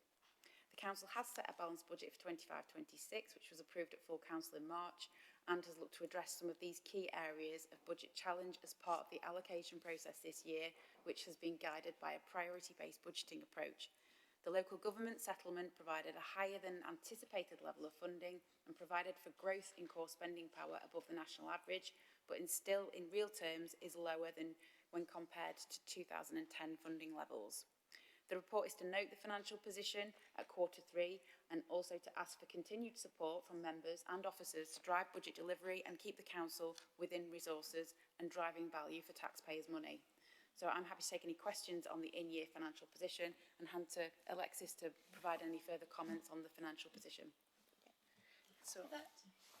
Sorry, are you going to come in before people ask questions, Alexis? Sorry. Please go. So I just wanted to do a brief addition to the report. And first of all, just want to say a massive thank you to the joint working with finance teams, because there's been really good collaboration across the adult social care teams and finance and commercial teams to work together around what is the significant financial pressures that affect adult care. And I just want to highlight a couple of things just for members for kind of points of clarity, is that within 24-25, the main areas for overspend relate to two key issues of staffing and purchasing, as we've briefed previously. For the staffing overspend, that was identified because we identified a mismatch between what's in our establishment and what's the finance behind it, as we have briefed members. And it's something that I've raised within the annual governance statement, which is now being looked at wider within the Council because of that particular issue. But we have worked hard on 24-25 to resolve that issue. That's one of my key priorities, so that going now into 25-26, what I can assure members is now there won't be the staffing overspend because we've managed to resolve that through different funding streams and business planning. So that is a positive in going forward, just for assurance for our members. And again, what the key issue here now is in terms of purchasing of care. And if I just may put this in a context, is over the last 3 years we have made circa around over £50 million of efficiencies over the last 3 years in adult care. And this year, we will not only deliver 96% of our BIPs, but also around 76% of our recovery plan. And that comes to about a grand total of about 26 million, circa, that we will make this year. Despite all that good work, the reality still remains a gap. And that gap really comes down to is now the purchasing of care and an income that we need to receive, which I'm going to come on to next. And really, in terms of purchasing of care, it reads down to our working age adults with people with learning disability. Hence, that's the reason why I've requested Newton Europe to go and do a diagnostic for us as to what other measures that we could undertake, but also really invested in work like technology-enabled care, as well as looking at new models of commissioning. And the reports today at committee kind of highlight the work that's going on for that. And I think the point was made earlier on by Councillor Grocott was really key, was that what my job card is now is bringing it all together into one place, because I think that it's socially clear and coherent going into 25, 26, and we're really focused on being financially resilient. But the other key area that we're focused on, particularly around the purchasing of care, is income received through continuing healthcare. I would just like to thank Councillor Ruth Milson for all her leadership and work around and Councillor Steve Aris for the work around the Health Scrutiny Committee, and actually particularly leading a deep dive into CHC, which I think is absolutely relevant and well needed. And it shows a good collaboration across, the policy committee in that particular area. And particularly to me, I will be writing to health colleagues about the income, which I believe that we need to offset, to support people, but also offset some of these pressures that we are seeing within 24, 25. And that's one of the commitments I'm making, to members today. And I've already committed I will copy in the chair of the policy committee to these letters, so that and to chairs of scrutiny committee as well, so that you are cited on the information around CHC. And for me, finally, is the area that is an area of priority that we are working on, is the focus around vulnerable adults who are often in need of accommodation on a crisis basis, because that's often where some of our immediate cost pressures come from, and that's seen within the budget. And I'm leading a piece of work across the council, which I'm going to conclude, particularly around, working with providers where there's an issue around exempt accommodation, but actually more broadly about providers, about how we support vulnerable people who are accessing crisis accommodation.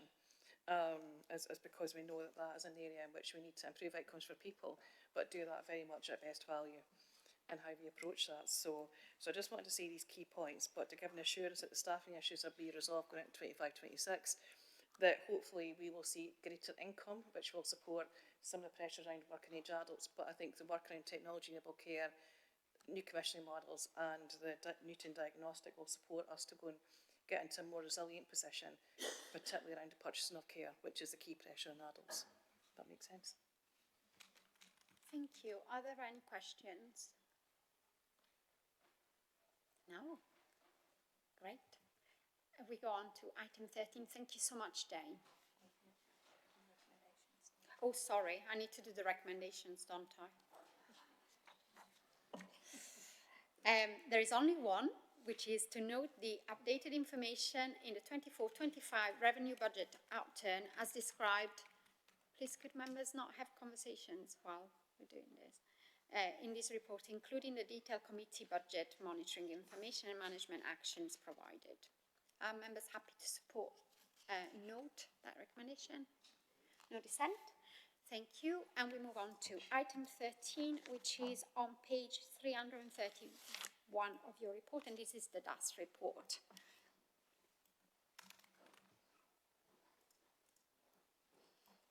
I believe. So, okay. Alexa, can you turn around your label at the moment, the one that is on the desk, the one with your name? Oh, because it's blank. I was having a moment there, not really thinking. So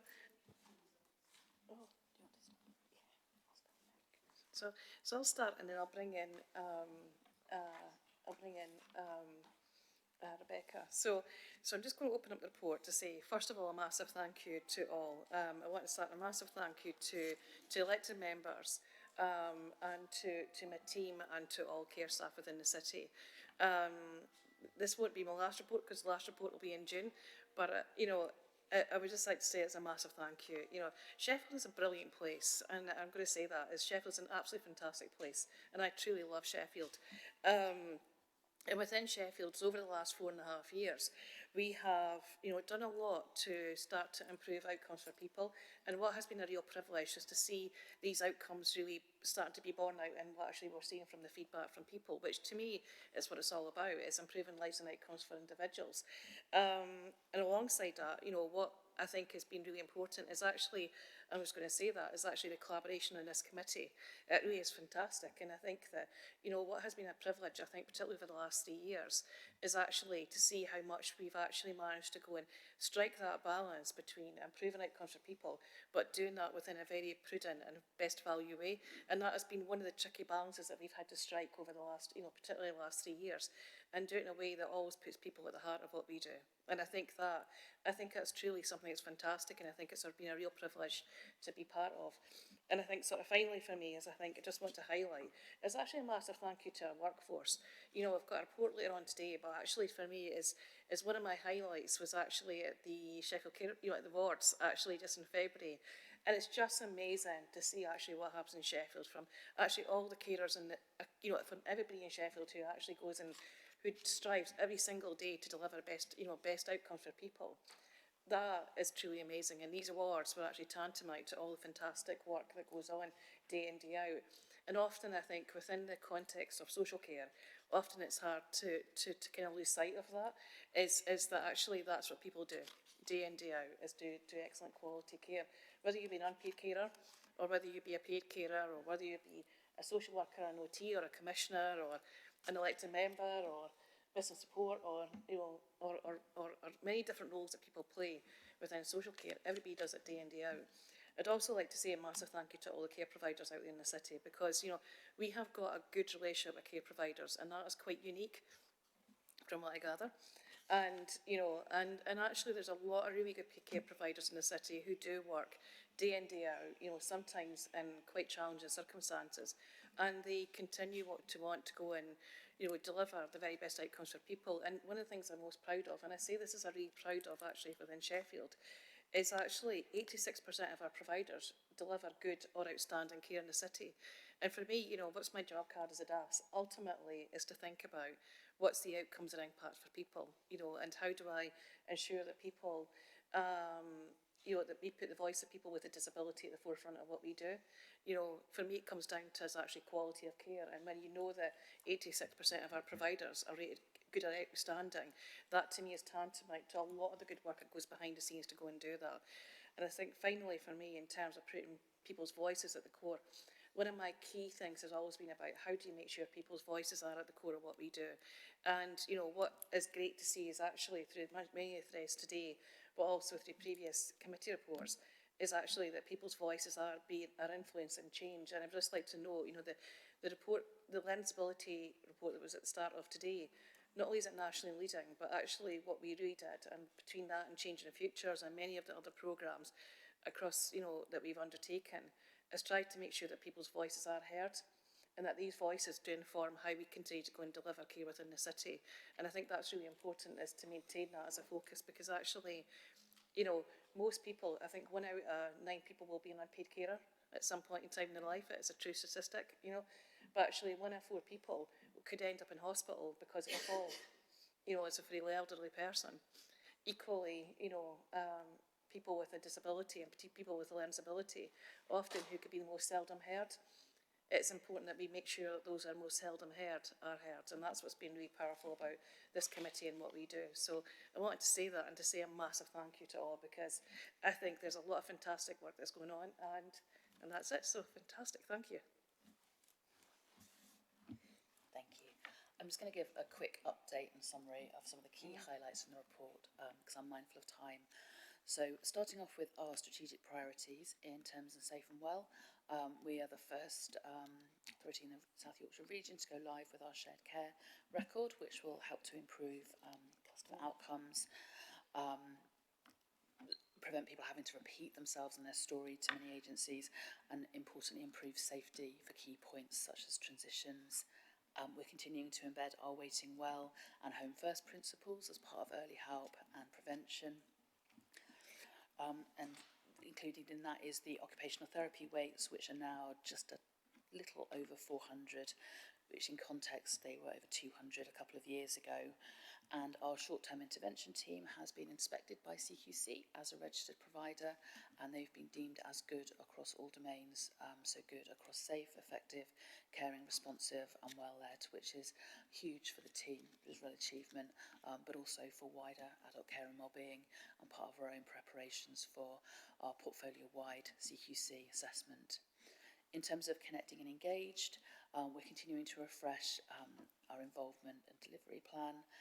We have the results of our I-Statement survey. So our I-Statement survey is in its third year, and that goes to people who use our services, and we use that to ensure that we're hearing people's voices and that we can use that to improve services. Our I-Statement results are a little lower this year than last year, but still considerably better than they were in the first year. So we're just unpicking that to understand what's changed and look at where we need to focus key areas. Also in Connected and Engaged, obviously work around tech-enabled care, which was covered in an earlier committee report, but also just to mention that our citywide care alarms team have been nominated for an Excellence Award by Yorkshire Ambulance Service in recognition of their work with YAS around falls prevention.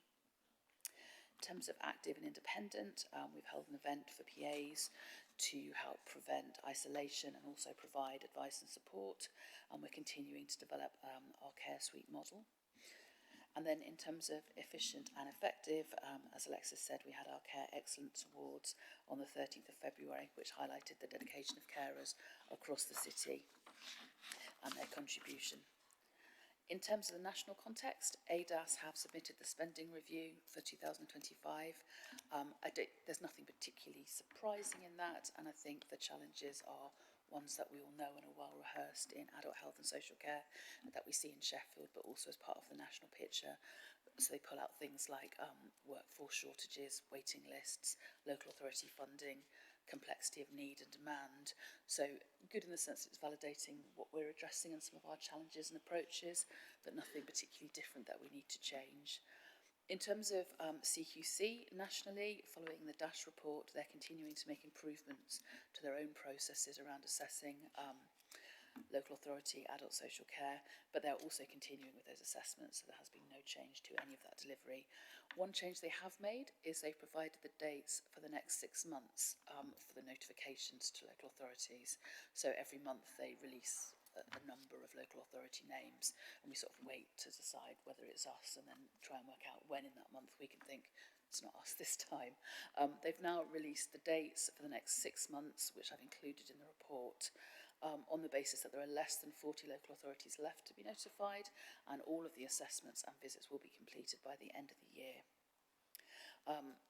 Within the region, Rotherham and Doncaster received their notifications in February, so in terms of the region it is just us and Barnsley now waiting. So we're continuing to embed learning from our peers as part of this process, but overall we feel that we're in a good position. Obviously we've been working on this for 2 years and not knowing when we're going to get the notification. We know now that we're going to get it in the next 6 months, but that has given us the opportunity to really embed our local authority information return submission and really develop that and our self-assessment as part of that. We've also got communication and logistic plans in place, including contingency plans for key holiday periods. Mindful, for example, the next notification date is the 7th of April, so right in the middle of the Easter holidays. So we've got lots of arrangements around that to assure members if we do get the notification at that point. We've also got a series of sessions organised to support staff who might be interviewed by CQC, which the LGA will deliver in June, and there will be further sessions for members, which we'll obviously talk to you about nearer the time when we've got those dates in place. In terms of our performance overall, still seeing some strengths in terms of the home care waiting list. There's an increase of 1 person to 21 currently compared to 20 in December and 29 in November, but against a baseline of 71, that's good, and particularly in terms of the time of the year coming out of and still in some ways in winter pressures and the demands that brings. And as highlighted, occupational therapy waits are currently at 413 compared to 550 in December, and the baseline, as I said earlier, of 2,115. In terms of risks, we're seeing some small increases in weights, so not the trajectory we'd want to see, but they are small. But just to mention, we have care home admissions per 100,000 people are up to 703 compared to 697 in December. The percentage of contacts screened in one day for safeguarding is 85% compared to 84%. But at the same time, that was 88% in November, so much of a muchness, but we're obviously monitoring these areas. The same with dolls, which is currently at 1,083 compared to 964 in December, and assessment weights, which is currently 32 median days compared to 29 in December and 31 in November. As reported previously to committee and in this report, we understand the reasons for why some figures are not going in the direction we'd want them to, or have kind of stalled, linked to demand and capacity and acuity. But we have got key actions to address these in our working with people delivery plan, including things like making adult contacts count, addressing some of the IT and recording issues we have with the LAS system, which is a historical issue, implementing a trusted reviewer model, and our waiting well framework. Thank you. Are there any questions? Councillor Nelson. Thank you, Chair. Thanks very much for the report. Just a couple of little things on the shared care records. I noticed that there's a note in the report that the first contact and MASH had been the first rollout of that. I wondered if there's any feedback. Was it too early? If there's any feedback on how that might have improved things for them, or any early concerns about how it's worked. And the NHS Adult Social Care Survey is mentioned just very briefly. I know it's only just closed, so obviously not referring to this year's survey. But how do we use the results of those national surveys to inform things locally? What do we take learning from those? How do we kind of use that data? So, in terms of shared care record, it's been really good. That's been such a good development, and I know the early feedback with this, actually alongside some of the work that we're doing with AI, has been really positive for the teams. So, and it was one of my, truthfully, this was one of my big things when I came into post, was we just need to be able to share information in a really wise way, because ultimately, I always think from a point of view of individuals, that's what makes life easier, when you're not having to go through multiple systems to get to the point of getting the support that you need.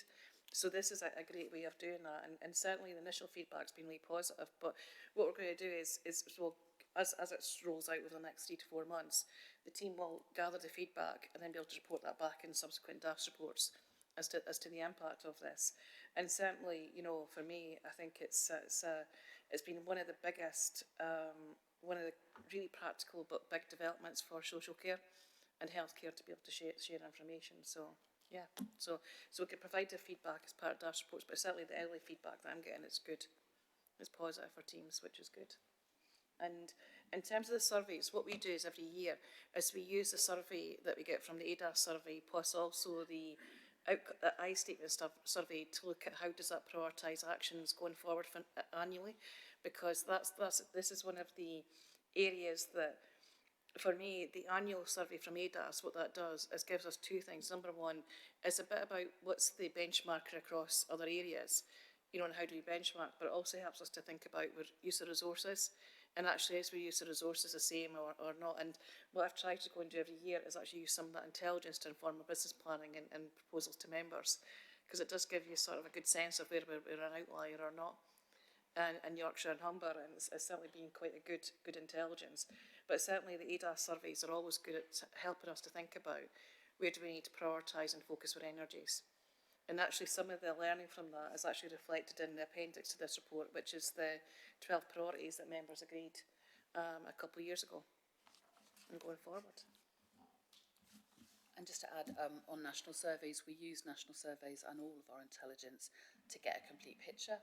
The adult care and wellbeing world is very diverse, as are the people and families and carers who access our services and support. So we take all of that information with our local information and look at what that's telling us as a whole picture.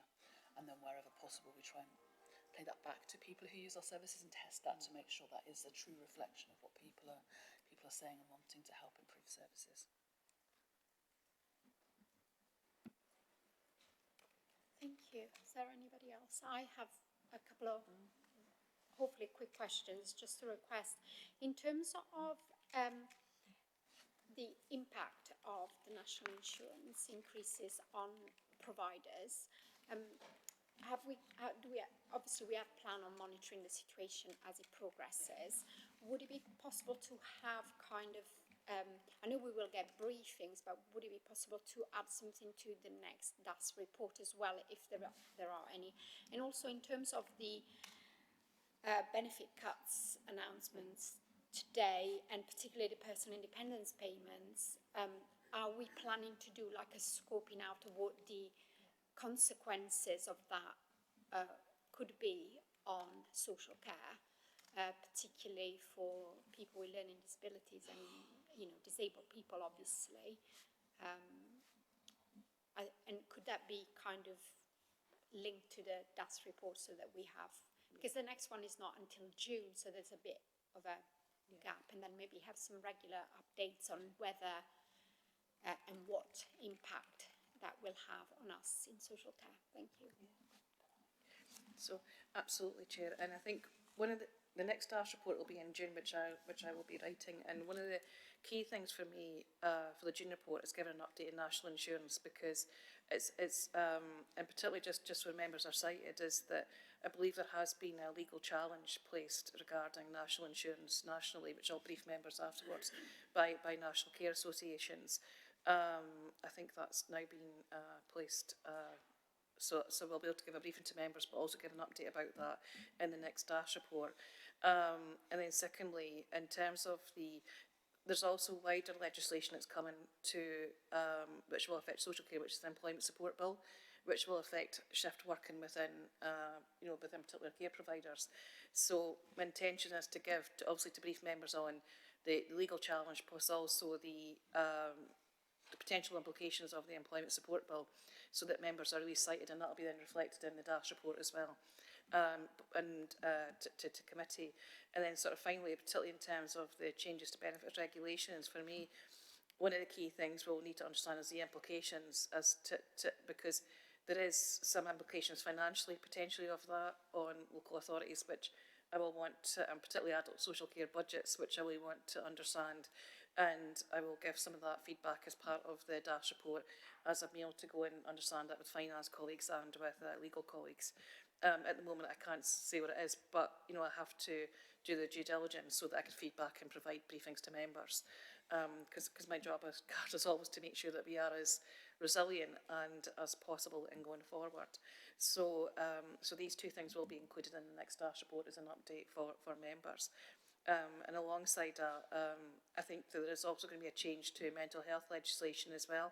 So I'll give an update around that as well, and any potential impacts of that. And because these are topical areas, and it's interesting for social care at this point in time. But one of the key things I really want to kind of emphasise in each of these is actually the voice of individuals and carers, which I think is really important that we recognise ultimately that's what we do, is we improve lives and outcomes for people, and each of these has an impact on how we do it. Just to add that we'll be also having those conversations with partners, so we'll feed that back. It's really important for us to understand the wider impact on other statutory partners, but also partners in the community in terms of health inequalities and the impact on public health more generally. Thank you. I'll bring you to the recommendations that are on page 332 of the report. There are 6. The first one is notes progress in delivering upon the adult care strategy, living the life you want to live. Number 2, endorses the strategy delivery program and ambitions for the future. Number 3, notes the performance update and areas of prioritization and focus. Number 4, notes our approach towards reviewing early help and prevention. Notes the preparation for CQC assessment, which will take place before the end of 2025. Note the continuing review and activity in relation to co-production engagement and market sustainability. Are members happy with those recommendations? No dissent? Brilliant. Thank you so much. And we are going to move on to item 14, which is an update to adult care and wellbeing, equality, diversity, inclusion, and social justice delivery plan. And John is going to present for us.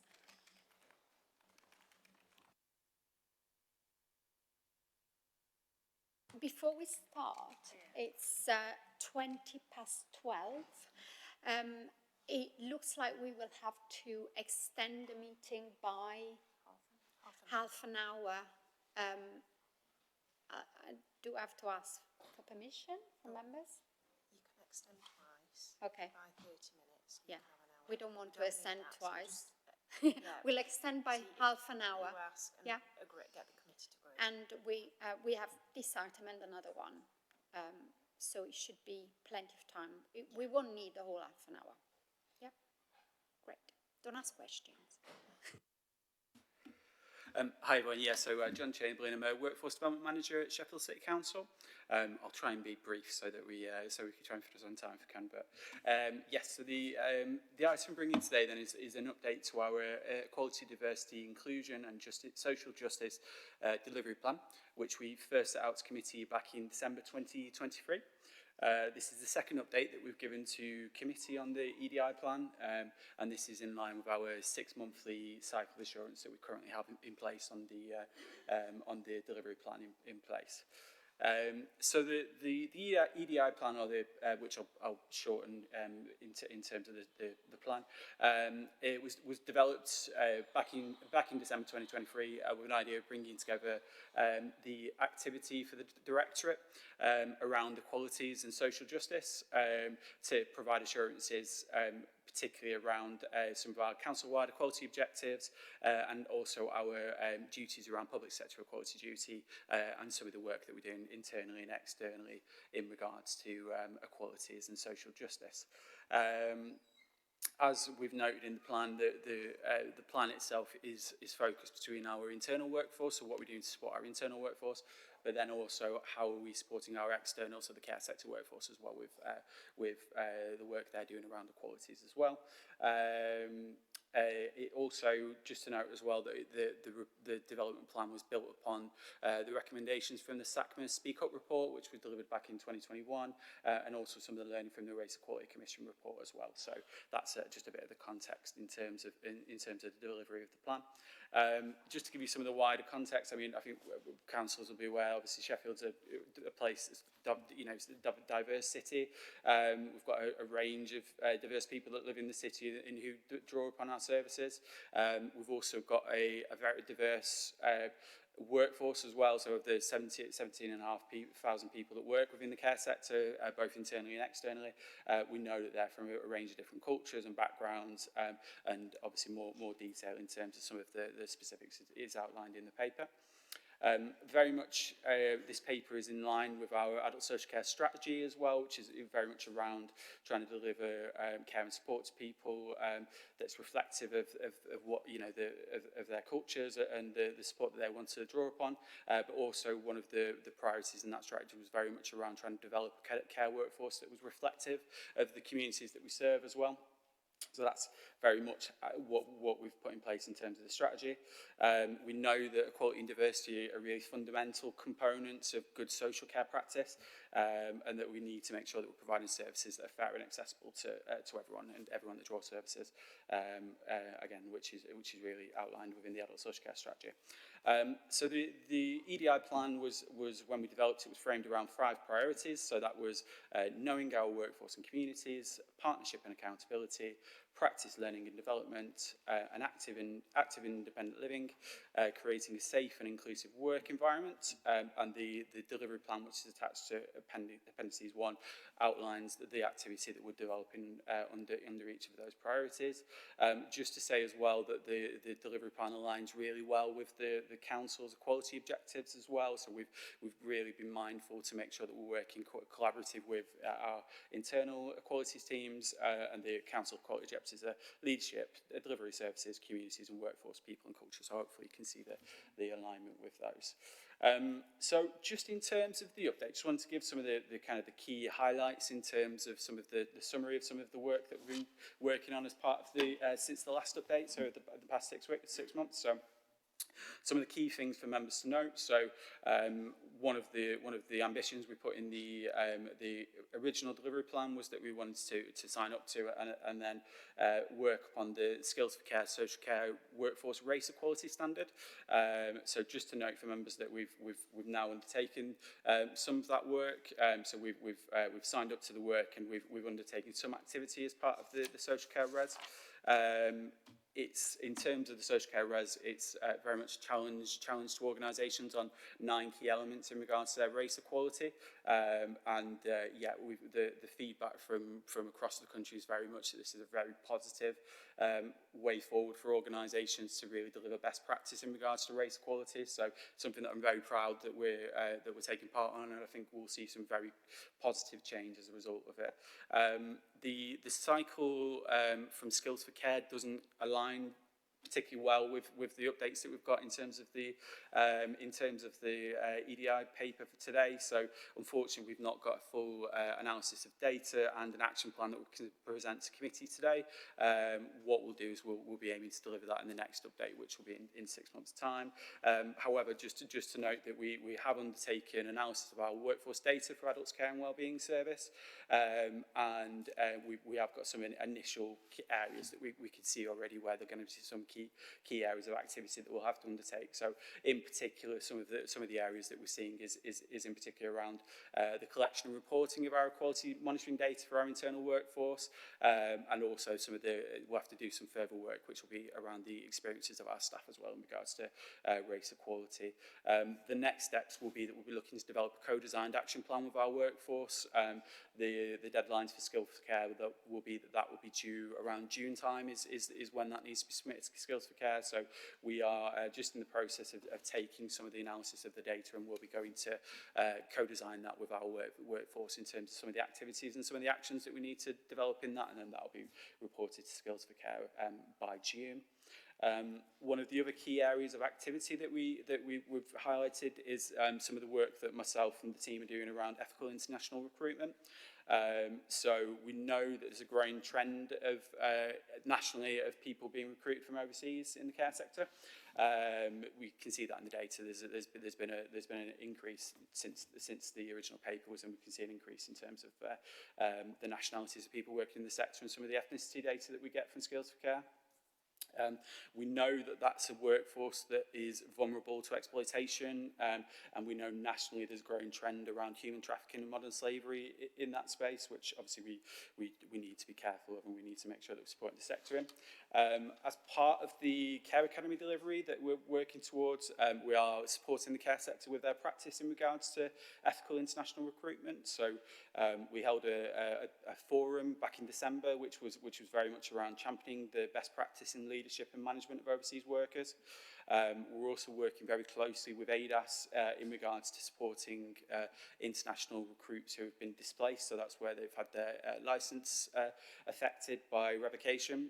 So we're trying to support those people and trying to help them secure additional employment in the care sector.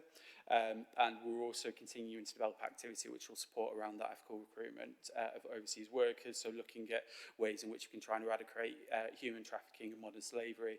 And one of the things that we're considering is potentially adopting the Unison Migrant Care Worker Charter as well, which supports in that. So that's something that we'll have further conversations with the sector in regards to whether it's something we want to formally adopt as a council and what the implications will be in that space.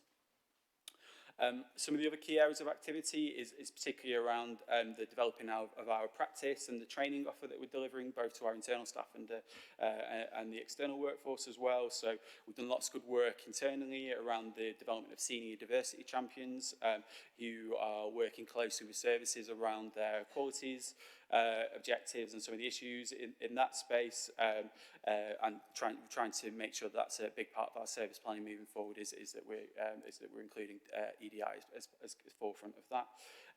As well, we've done lots of work in regards to the EDI training offer for both internally and externally as well. So just quickly mention some of the ones that we've got in that space. So we've developed an Equity Accomplished training offer for our internal workforce, which is around supporting race equality and best practices in regards to race equality. We've commissioned a Dementia Stars Level 2 and Level 3 offer for the care sector, and some of our internal staff are accessing that as well, which is around best practices in supporting people that experience dementia. We've done work around the Learning Disability and Autism training, which is the Old McGowan training package as well, which we've been delivering to our internal workforce. We've also developed an LGBTQ plus awareness training, which will be launched later this year for our internal workforce. And we're also working very closely with Sheffield University around their sexual rights charter for older people as well. And there's a training offer that's attached to that we've just launched for the care sector as well. So looking particularly to open that up to care homes initially to look at how we can support with that. Yeah, lots of the work that's in the paper as well, but those were kind of the key highlights. And just to flag as well for the next period, so some of the work that we'll be delivering upon in the future is very much around looking at how we can develop our approach to community engagement. So looking at where we're seeing data that suggests potential unmet need with certain communities or underrepresentation of people accessing services, how we can do more community engagement in that space to really assure our social care offer is appropriate. Also, I've mentioned this a few times, but looking at how we can promote the confidence of people, disclosing protected characteristics and looking at our equality monitoring data, because actually it's really important and really fundamental to a lot of the work that we do in this space. And then lastly, as part of the Care Academy, looking at how we can work with the care sector to promote and then develop best practice and training for them in regards to equalities and other things in that space. So I will stop there for questions, if that's okay.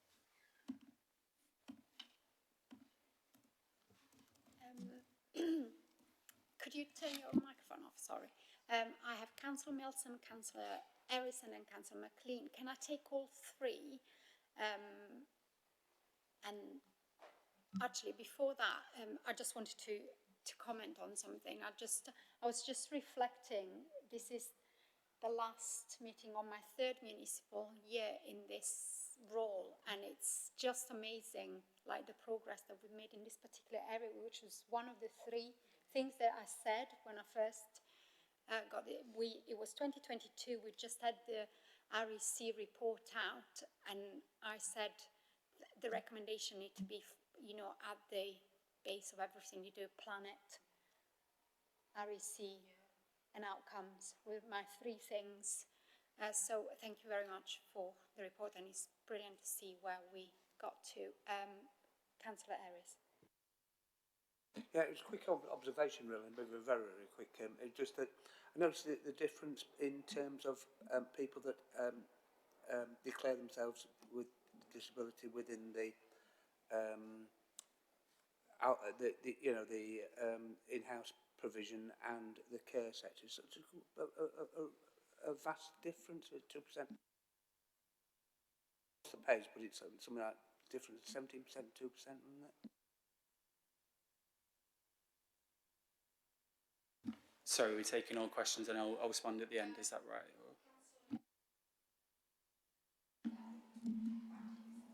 Thank you. Thanks, John. A really quick question just about the Unison Migrant Care Workers Charter, which I think is really encouraging to hear. We're moving in that direction, considering steps. It's sort of, I don't know if it's deliberately slightly vague, considering steps to possibly, potentially, could you just put a little bit more flesh on that? What steps do we need to take? What's required and who's required in that process? Thank you for your report. Sorry, I'm just using my laptop there. Apologies. Yeah, Ruth has already asked the question I was going to ask about the care charter, but my understanding about the charter is it's a new charter, so we've been early adopter.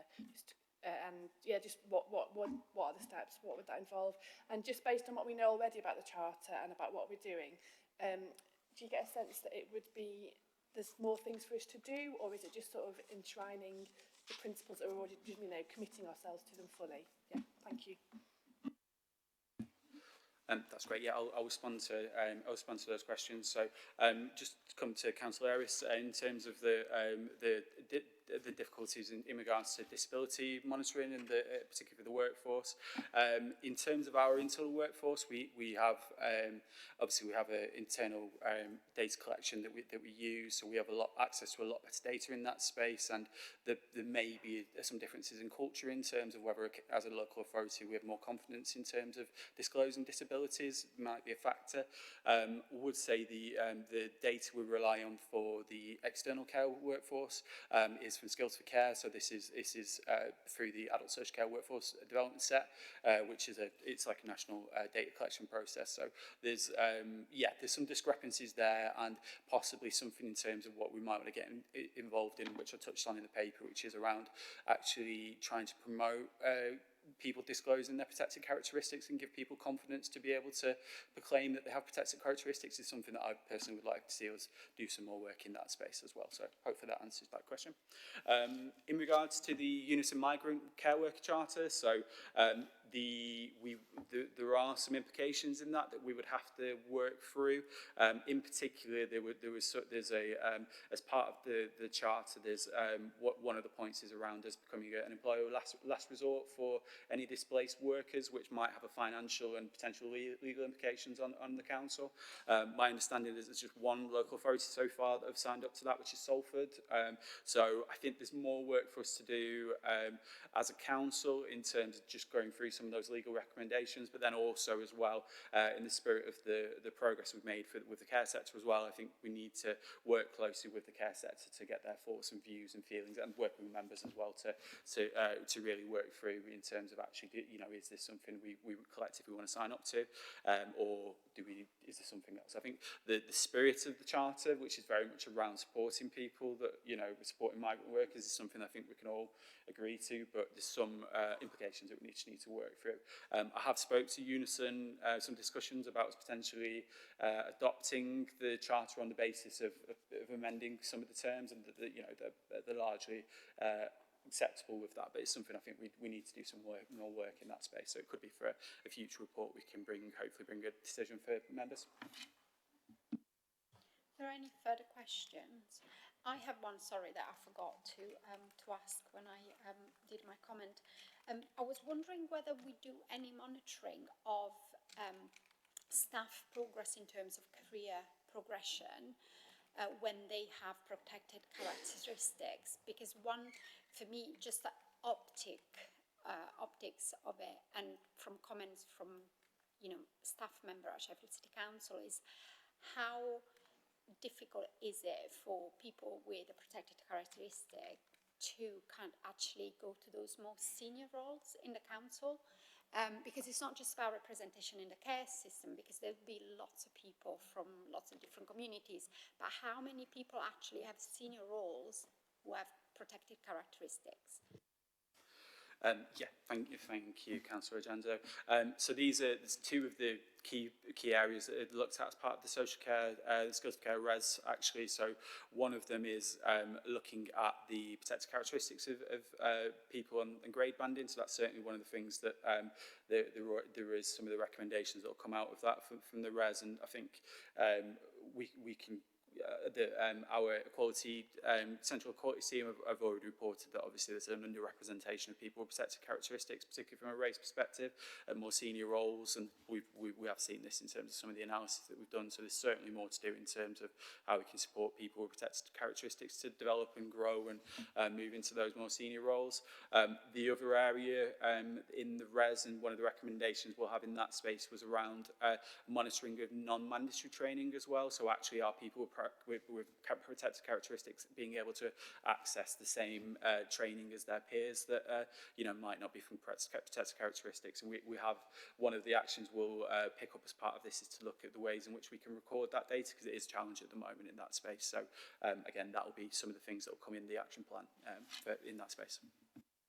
And I suppose optics is wrong, because, for example, there are lots of disabilities that are invisible, and so the visual doesn't really cover it all. So it's really important, as you say, data. And people may wish not to disclose that they have a disability or they have a certain sexual orientation or whatever. And that's personal choice, isn't it, as well? The recommendations are on page 350. So it's recommended that the committee endorse the progress made with the Adult Care and Wellbeing, Equality, Diversity, Inclusion and Social Justice Delivery Plan 2023-24. Notes progress made to enable delivery of the Skills for Care Social Workforce Race Equality Standard, which is abbreviated in brackets in Sheffield. Requested the Strategic Director of Adult Care and Wellbeing continue to provide the committee with updates on progress against the delivery plan on a 6-monthly basis, including updates made based on ongoing learning. Are members happy with those recommendations? No dissent? Thank you, John. And we will move on to the last report on the agenda, which is item 15, which is hospital discharge and urgent care delivery update. And Sarah is updating us on this.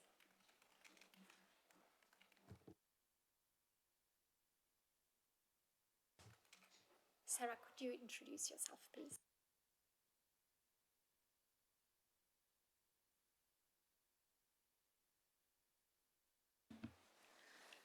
Hi everybody, my name is Sarah Farraher. I'm the System Discharge Lead. That means I'm in a partnership post, so I'm hosted by the council, but I also have a remit into Sheffield Teaching Hospitals, and I work really closely with the ICB and the Care Trust as well. So I'm very much a partnership post and sit very much in that sort of middle space between everybody. So I've come to you today to talk about what we're doing with hospital discharge. I know that's been to committee several times over the last few years, particularly around the Better Care Fund allocation for discharge. So in Sheffield we have got a discharge allocation within the Better Care Fund, and we actually plan that together across health and social care. We're one of the few places I would think that genuinely do the work together. In other places, it's very much that the local authority will say what their priorities are and the NHS will say what their priorities are. They put it together and present it jointly. We've actually worked this through line by line, in some cases quite painfully, to actually get to a position that we can agree on. It's a large fund. It's 11.8 million. The governance around that is Health and Wellbeing Board sign-off. So what we're doing today is bringing that for committee to support, hopefully, and discuss how we've aligned the money to our overall strategy. So the overall strategy that was agreed at the Health and Care Partnership Board in April 2023 had 4 priorities. A home first priority, with an idea of discharge to assess rather than assess to discharge, based on the principles that actually the best way to understand what a person needs is to assess them within their own environment and not in the hospital. And we actually have already committed to that over a number of years. We are still doing probably more assessment in hospital than we need to. So that's a work towards getting discharge to assess fully embedded. A one version of the truth for discharge data, and obviously I've been sitting over there listening, so I know we've already talked about shared care records and a variety of other ways of thinking about one version of the truth, but particularly around discharge, how we manage that. Focusing on how we support people so that we're not just moving people out of hospital beds to alternative beds to free up space, which is often a very strong narrative, but actually what we think about is when people are coming out of hospital, how we continue to support them to recover and to get the most independent outcomes, bearing in mind that we know that people are often not very well when they leave hospital. So they don't need hospital care, but it doesn't mean that they're well. So actually, how do we support a person to continue to recover, and then look at what their needs might be longer term once they've recovered and we've assessed them at the right approaches. And actually to do that together, so to actually as a citizen of Sheffield, and I live in Sheffield as well, that actually we work around the person rather than working around our individual system silos, and we try to do that integrated approach together. The overall outcome, we want to try and reduce the number of people who remain in hospital when they don't need to, which it's called all sorts of things. It means no criteria to reside or discharge ready. People say medically fit, clinically fit for discharge, there's a variety of things, but basically when you don't need to be in hospital, it's the number of people, but also the length of time that people remain in hospital when they don't need to be there. So the length of time waiting to actually get home again. So just in terms of what we've been doing over the last 12 months, so in March last year, we appointed an assistant discharge lead. So that's the post that I'm doing. We will be recruiting to that permanently. I'm doing that. I'm a temporary post at the moment. And we also put a second system post in, which is a care transfer hub manager. So an operational post to manage the bringing together of our health and social care teams. And we started a test of change on the national care transfer hub model, which is being implemented in a variety of different ways across the country. And we did a test of change last year. We're going into sort of transitional year this year, and by this time next year, the idea will be we've got a fully functional care transfer hub.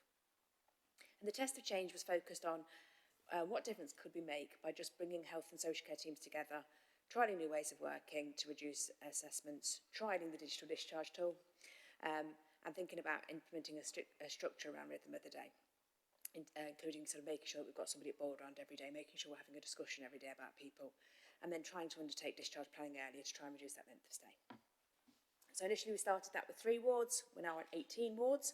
There's actually 88 wards in STH, we don't need to go to all of them, but we are supporting 50% of people who don't meet the criteria to reside on those wards, so it's a big chunk of the wards. We've paused with and we are doing a bit of consolidation. We started on a really nice model with a very small number of wards.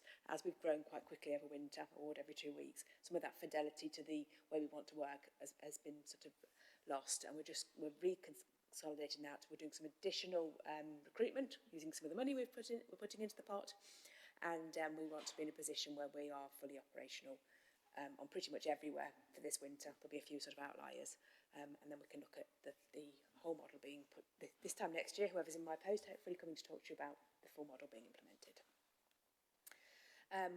We've also done some work around our somewhere to assess beds, so people who do need to go from hospital into a bed, and we were massively overspent on that, we were massively overutilising that, and there's been a lot of work done to bring that back into budget. There'll be a procurement exercise about what that looks like going forward, but actually a lot of what we want to do is see if we can get some of those people home. If we do things differently, can we get some of those people home? We have had increases in demand. People would have seen that. It's happening all over the place. So we do have more an increase in people who are presenting at A&E, although we do have the best conveyance rates, the best avoidance of people coming straight to A&E in South Yorkshire. We've still found a massive increase in demand. And we've done a piece of demand and capacity modelling. So the demand and capacity modelling tells us that in order to get people out at the rate we would like to, so get people out as quickly as we can, we don't quite have enough capacity, despite the fact we have been investing in that. And actually, for Pathway 1, so that's people who go home with care and support, we actually need to be aiming to discharge 30 people every day during the week and 15 people at weekends. Saturdays and Sundays things naturally slow down, so there's no point trying to do that at the weekend. But if we did that, we would be able to reduce that number of people who don't meet the criteria to reside, who are discharge ready, and actually get reasonably good flow through, taking into account the increases. We would need to then start to think, probably, unless we can do something about the volume coming in, that would then step up again. And we need to, alongside that, work in how we can support people who are more complex, who at the moment having to go into beds, but also think about how we can right-size care for people, so we can make sure that we're using all the things that we've heard about today, so all those things about technology-enabled care and actually supporting people to be as independent as possible, to make sure that we are looking at people's opportunities for rehabilitation, reablement, recovery, and actually as maximising their independence for as long as possible as part of that. Just in terms of how we are performing on overall, we set ourselves a trajectory. This time last year, we just had 17.7, I think it was, % of people who were in hospital when they didn't need to be there. We had a trajectory which was challenging to try and get us to 13% by the end of March. We've not quite made 13%, we're on about 15%. What we're suggesting is that we continue that trajectory to 13%, and then we're going to challenge ourselves to 10. So we will. Sorry, Sarah. We've got 10 minutes to the first extension, so I want to members to be able to ask questions. Could you consolidate the end of that, because members will have read the report. Okay, so that's absolutely fine then. So just going through, basically what we've done is we've taken the £11 million and we are proposing that we invest that in continuing the care transfer hub in the hospital, continuing to put money into our reablement services at home, and they are the council reablement services estate, but also our active recovery health, and trying and picking up our plans again to try and get those services to work more closely together. Some additional investment in home care, continuation of our digital discharge tool, and then we have some investment in the voluntary sector, which we are intending to continue, and just have a look at whether that's given us the outcomes. And then also for next year, the biggest change, I think, is we want to do the same for mental health services. So we've done an awful lot of work in our physical health services over the last 12 months. The numbers of people impacted who are in mental health services are smaller, the impact is longer. So people are waiting in hospital much longer. We don't have a care transfer hub, we don't do discharge to assess yet. So we want to move that model and do that. So that's where we're prioritising the investment for next year. And I'll pause there and you can ask me questions. Could you turn the microphone off? So I have Councillor Sapwell, Councillor Milsom, and Councillor Lee. I'll take all three. I have one question as well. So I'll take all four and then you can answer. So just to bring everyone's attention to paragraph 2.4.3 in the graph, especially there, it looks from the data that we kind of made a bit of progress, and then as soon as autumn and winter hit, things started to go wrong. Will there be a review of this, and are we going to try something new this winter? Because clearly what we did last year didn't work. Councillor Milsom. Thanks.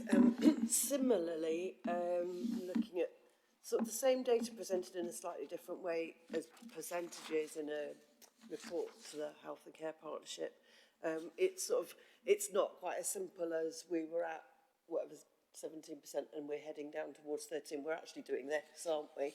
So the monthly figures are, bouncing quite a bit between 15 and 17 point something %. So as Councillor Sapwell says, it's not a steady trajectory down, it's wobbling up and down, and the same in mental health. The delayed discharges kind of started outstripping the trajectory that we wanted. So just really what is, just get to the nub, what is needed to get there, because we can all work towards this in partnership, can't we? What do we need to do? Councillor Lee. Thank you. Obviously, I've emphasised partnership, and a family of an individual is a partner. Where in the process do they sit? Are they involved in the MDT process in any way, shape or form, other than, whatever assessment takes place within that family home, and just where are they in the decision making? Thank you. That's a really good question. My question is more general, and this might be something maybe for next time this comes back to us. But are we starting looking at the potential impact of the changes to the NHS structure and what the impact will be on Sheffield residents and Sheffield patients when they are in hospital and residents when they come out, without necessarily looking at the South Yorkshire footprint? Okay, I'll have a go at that. So starting with the graphs, yes, the trajectory was set, and it sort of links to the end one. The trajectory was set based on a request from NHS England to get your trajectory down. So actually, it was a top-down, get your trajectory down. For us, that's a good thing to do, because we should be focusing and we should be asking ourselves to do it. It has been going like that. One of the things we've been doing is looking at demand and capacity and whether we have the right capacity. So we've done that piece of work now, and we have put in significant amounts of, what the proposal is, put in significant amounts of additional investment into our Pathway 1 services, particularly to try and address that. So the bringing together the services around the Care Transfer Hub, which is still in test of change. So that's still in test of change. We've seen some really good outcomes from that. We've seen some really good improvements, particularly in STIT. We've invested some additional money in STIT this year to stabilise it, and actually what we've seen some really good outcomes, and I know there's some plans that the committee will be sort of decided on around what we want to do with STIT. And we've managed to look differently at our Pathway 3. So the combination of the increase in capacity, the change in the way that we're working, the visibility of the digital discharge tool should allow us to continue to make improvements. What we don't know is whether or not acuity is going to continue to do that. So we are going to have that issue. We know that we've got pinch points. There's a pinch point in the summer. So August, every year, up and down the country, there is this pinch point because actually people are on holiday and things slow down, but people don't necessarily stop coming in. And obviously we all know about winter. What we are planning to do in terms of things like the timescale to get things up and running, we're hoping to have the Pathway 1 services, assuming everything goes through and we recruit, that they'll be starting to come online by summer. We'll hopefully reduce down that sort of backlog of people who are, I hate the word backlog because it's people, but they're sort of people that we could, over the summer that are waiting, and reduce that down to put in as a better position for winter. But also we'll be applying the new models to more people by next winter as well. So we'll be looking at, and if I just explain a little bit about one of the things we do, for example, and again this links to how we're improving things for the person, is that in the past referrals were going to all sorts of places, lots of referral processes, and then they go to the services and the services would say, this is when we can take them. What we do now is we say to a person, you know, we think you need support to go home, and actually we've got a slot for you, and that slot is, it might be tomorrow, it might be next Wednesday, depending on capacity, but they actually know what date they're going home and we plan for that. So we're giving people much more information up front in terms of that discussion with them around what that looks like. And what we're finding in that perspective is actually families were saying, well, if I know that there's somebody coming to come in on Wednesday, they could come today and I can manage that bit. So actually we're helping to get people home more quickly from hospital just by being really upfront about what we can and can't deliver. So it is a journey, and we will kind of continue to challenge ourselves on it, but recognise that trajectory has gone up and down, and we know that. But I don't think we should just let it drop off because nobody's asking us to do it anymore. I think we need to challenge ourselves to try and make things better for people. So does that cover 1 and 2, or was there anything, because that was 2 questions at one? 4 minutes. Yeah, so in terms of involvement with people, they're not involved in the daily MDTs as such, but we do have an individual conversation with every single person about their discharge plans. So we agree as part of because we talk about multiple people in one place. So what we have is we agree as part of that process who's going to have the discussion with the person about what they want. And we have if you go in, on the board, it actually says, have we had a discussion with the person, have we had a discussion with that? There's a tick list to make sure that we're definitely having conversations with people. And it sounds very obvious, but the number of stories you hear from people where they weren't told what was going on and something just happened to them. So we've built that in.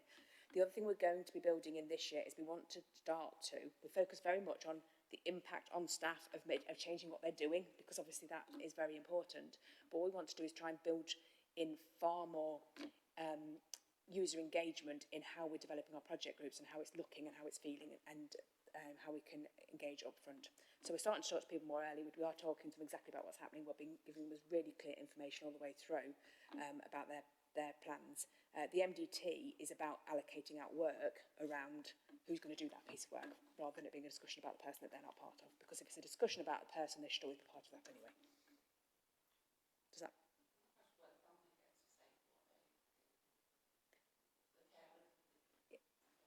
I'm not quite sure where you talk about the service user or the person who's in hospital, but the family, where do they get an input? You know, they might disagree with everything that the MDT say. They may well do. So sometimes we do have that. So we've got the process. The first process is to talk to the person themselves, and then we talk to their family. If they're not able to articulate for themselves, either because they're not well enough or for other reasons, then we would talk to the family first. If there's a disagreement between what the person wants and what the family wants, then we will look at whether there's anybody else to mediate, whether we need to use advocacy and involve that. But we always try and involve both. You often get things where the person would like to go home, for example, and the family is saying they can't manage. So it's how you kind of manage that in terms of what carers support you can put in. And we've just brought online Dementia UK to do the Admiral Nurses in Dementia UK to do some work, particularly around those people with complex dementia and how we can offer different strategies to support families on that. Sorry to interrupt. We have 1 minute. 1 minute. Otherwise, we have to extend again. Can I ask that my question is answered in a briefing, and then we'll include it as in the minutes, maybe? Thank you, Sarah. I know it's a really common. It's really rotten to be right at the end, especially when we've had an unusual meeting. I think the answer to your question is we don't know yet. So I can answer that. We don't know yet. We'll have to see how that plays out. Thank you. Thank you so much. Is that okay? We have 1 minute, so I'll just do the ending, if that is okay. Thank you so much. So we have a recommendation on page 393. Adult Health and Social Care Policy Committee is recommended to support the proposal of allocation of the Better Care Fund Discharge Grant based on the strategic intention set out in the plan. Are members happy with that? No dissent. Thank you. Thank you so much, Sarah. And that brings us to the end of the meeting. This is the last timetable meeting of the municipal year. The date of next meeting will be decided once the AGM is over. It's also Alexis Chapel last meeting of the committee. She's leaving to go back to Scotland at the end of May. So I just want to say on my behalf, on behalf of the whole committee, a massive thank you, because you love Sheffield, Sheffield loves you. And could we mean it that it's been a real privilege to work with you. Alexis has been with us 4.5 years. That has been a time of huge changes and for social care. So thank you so much.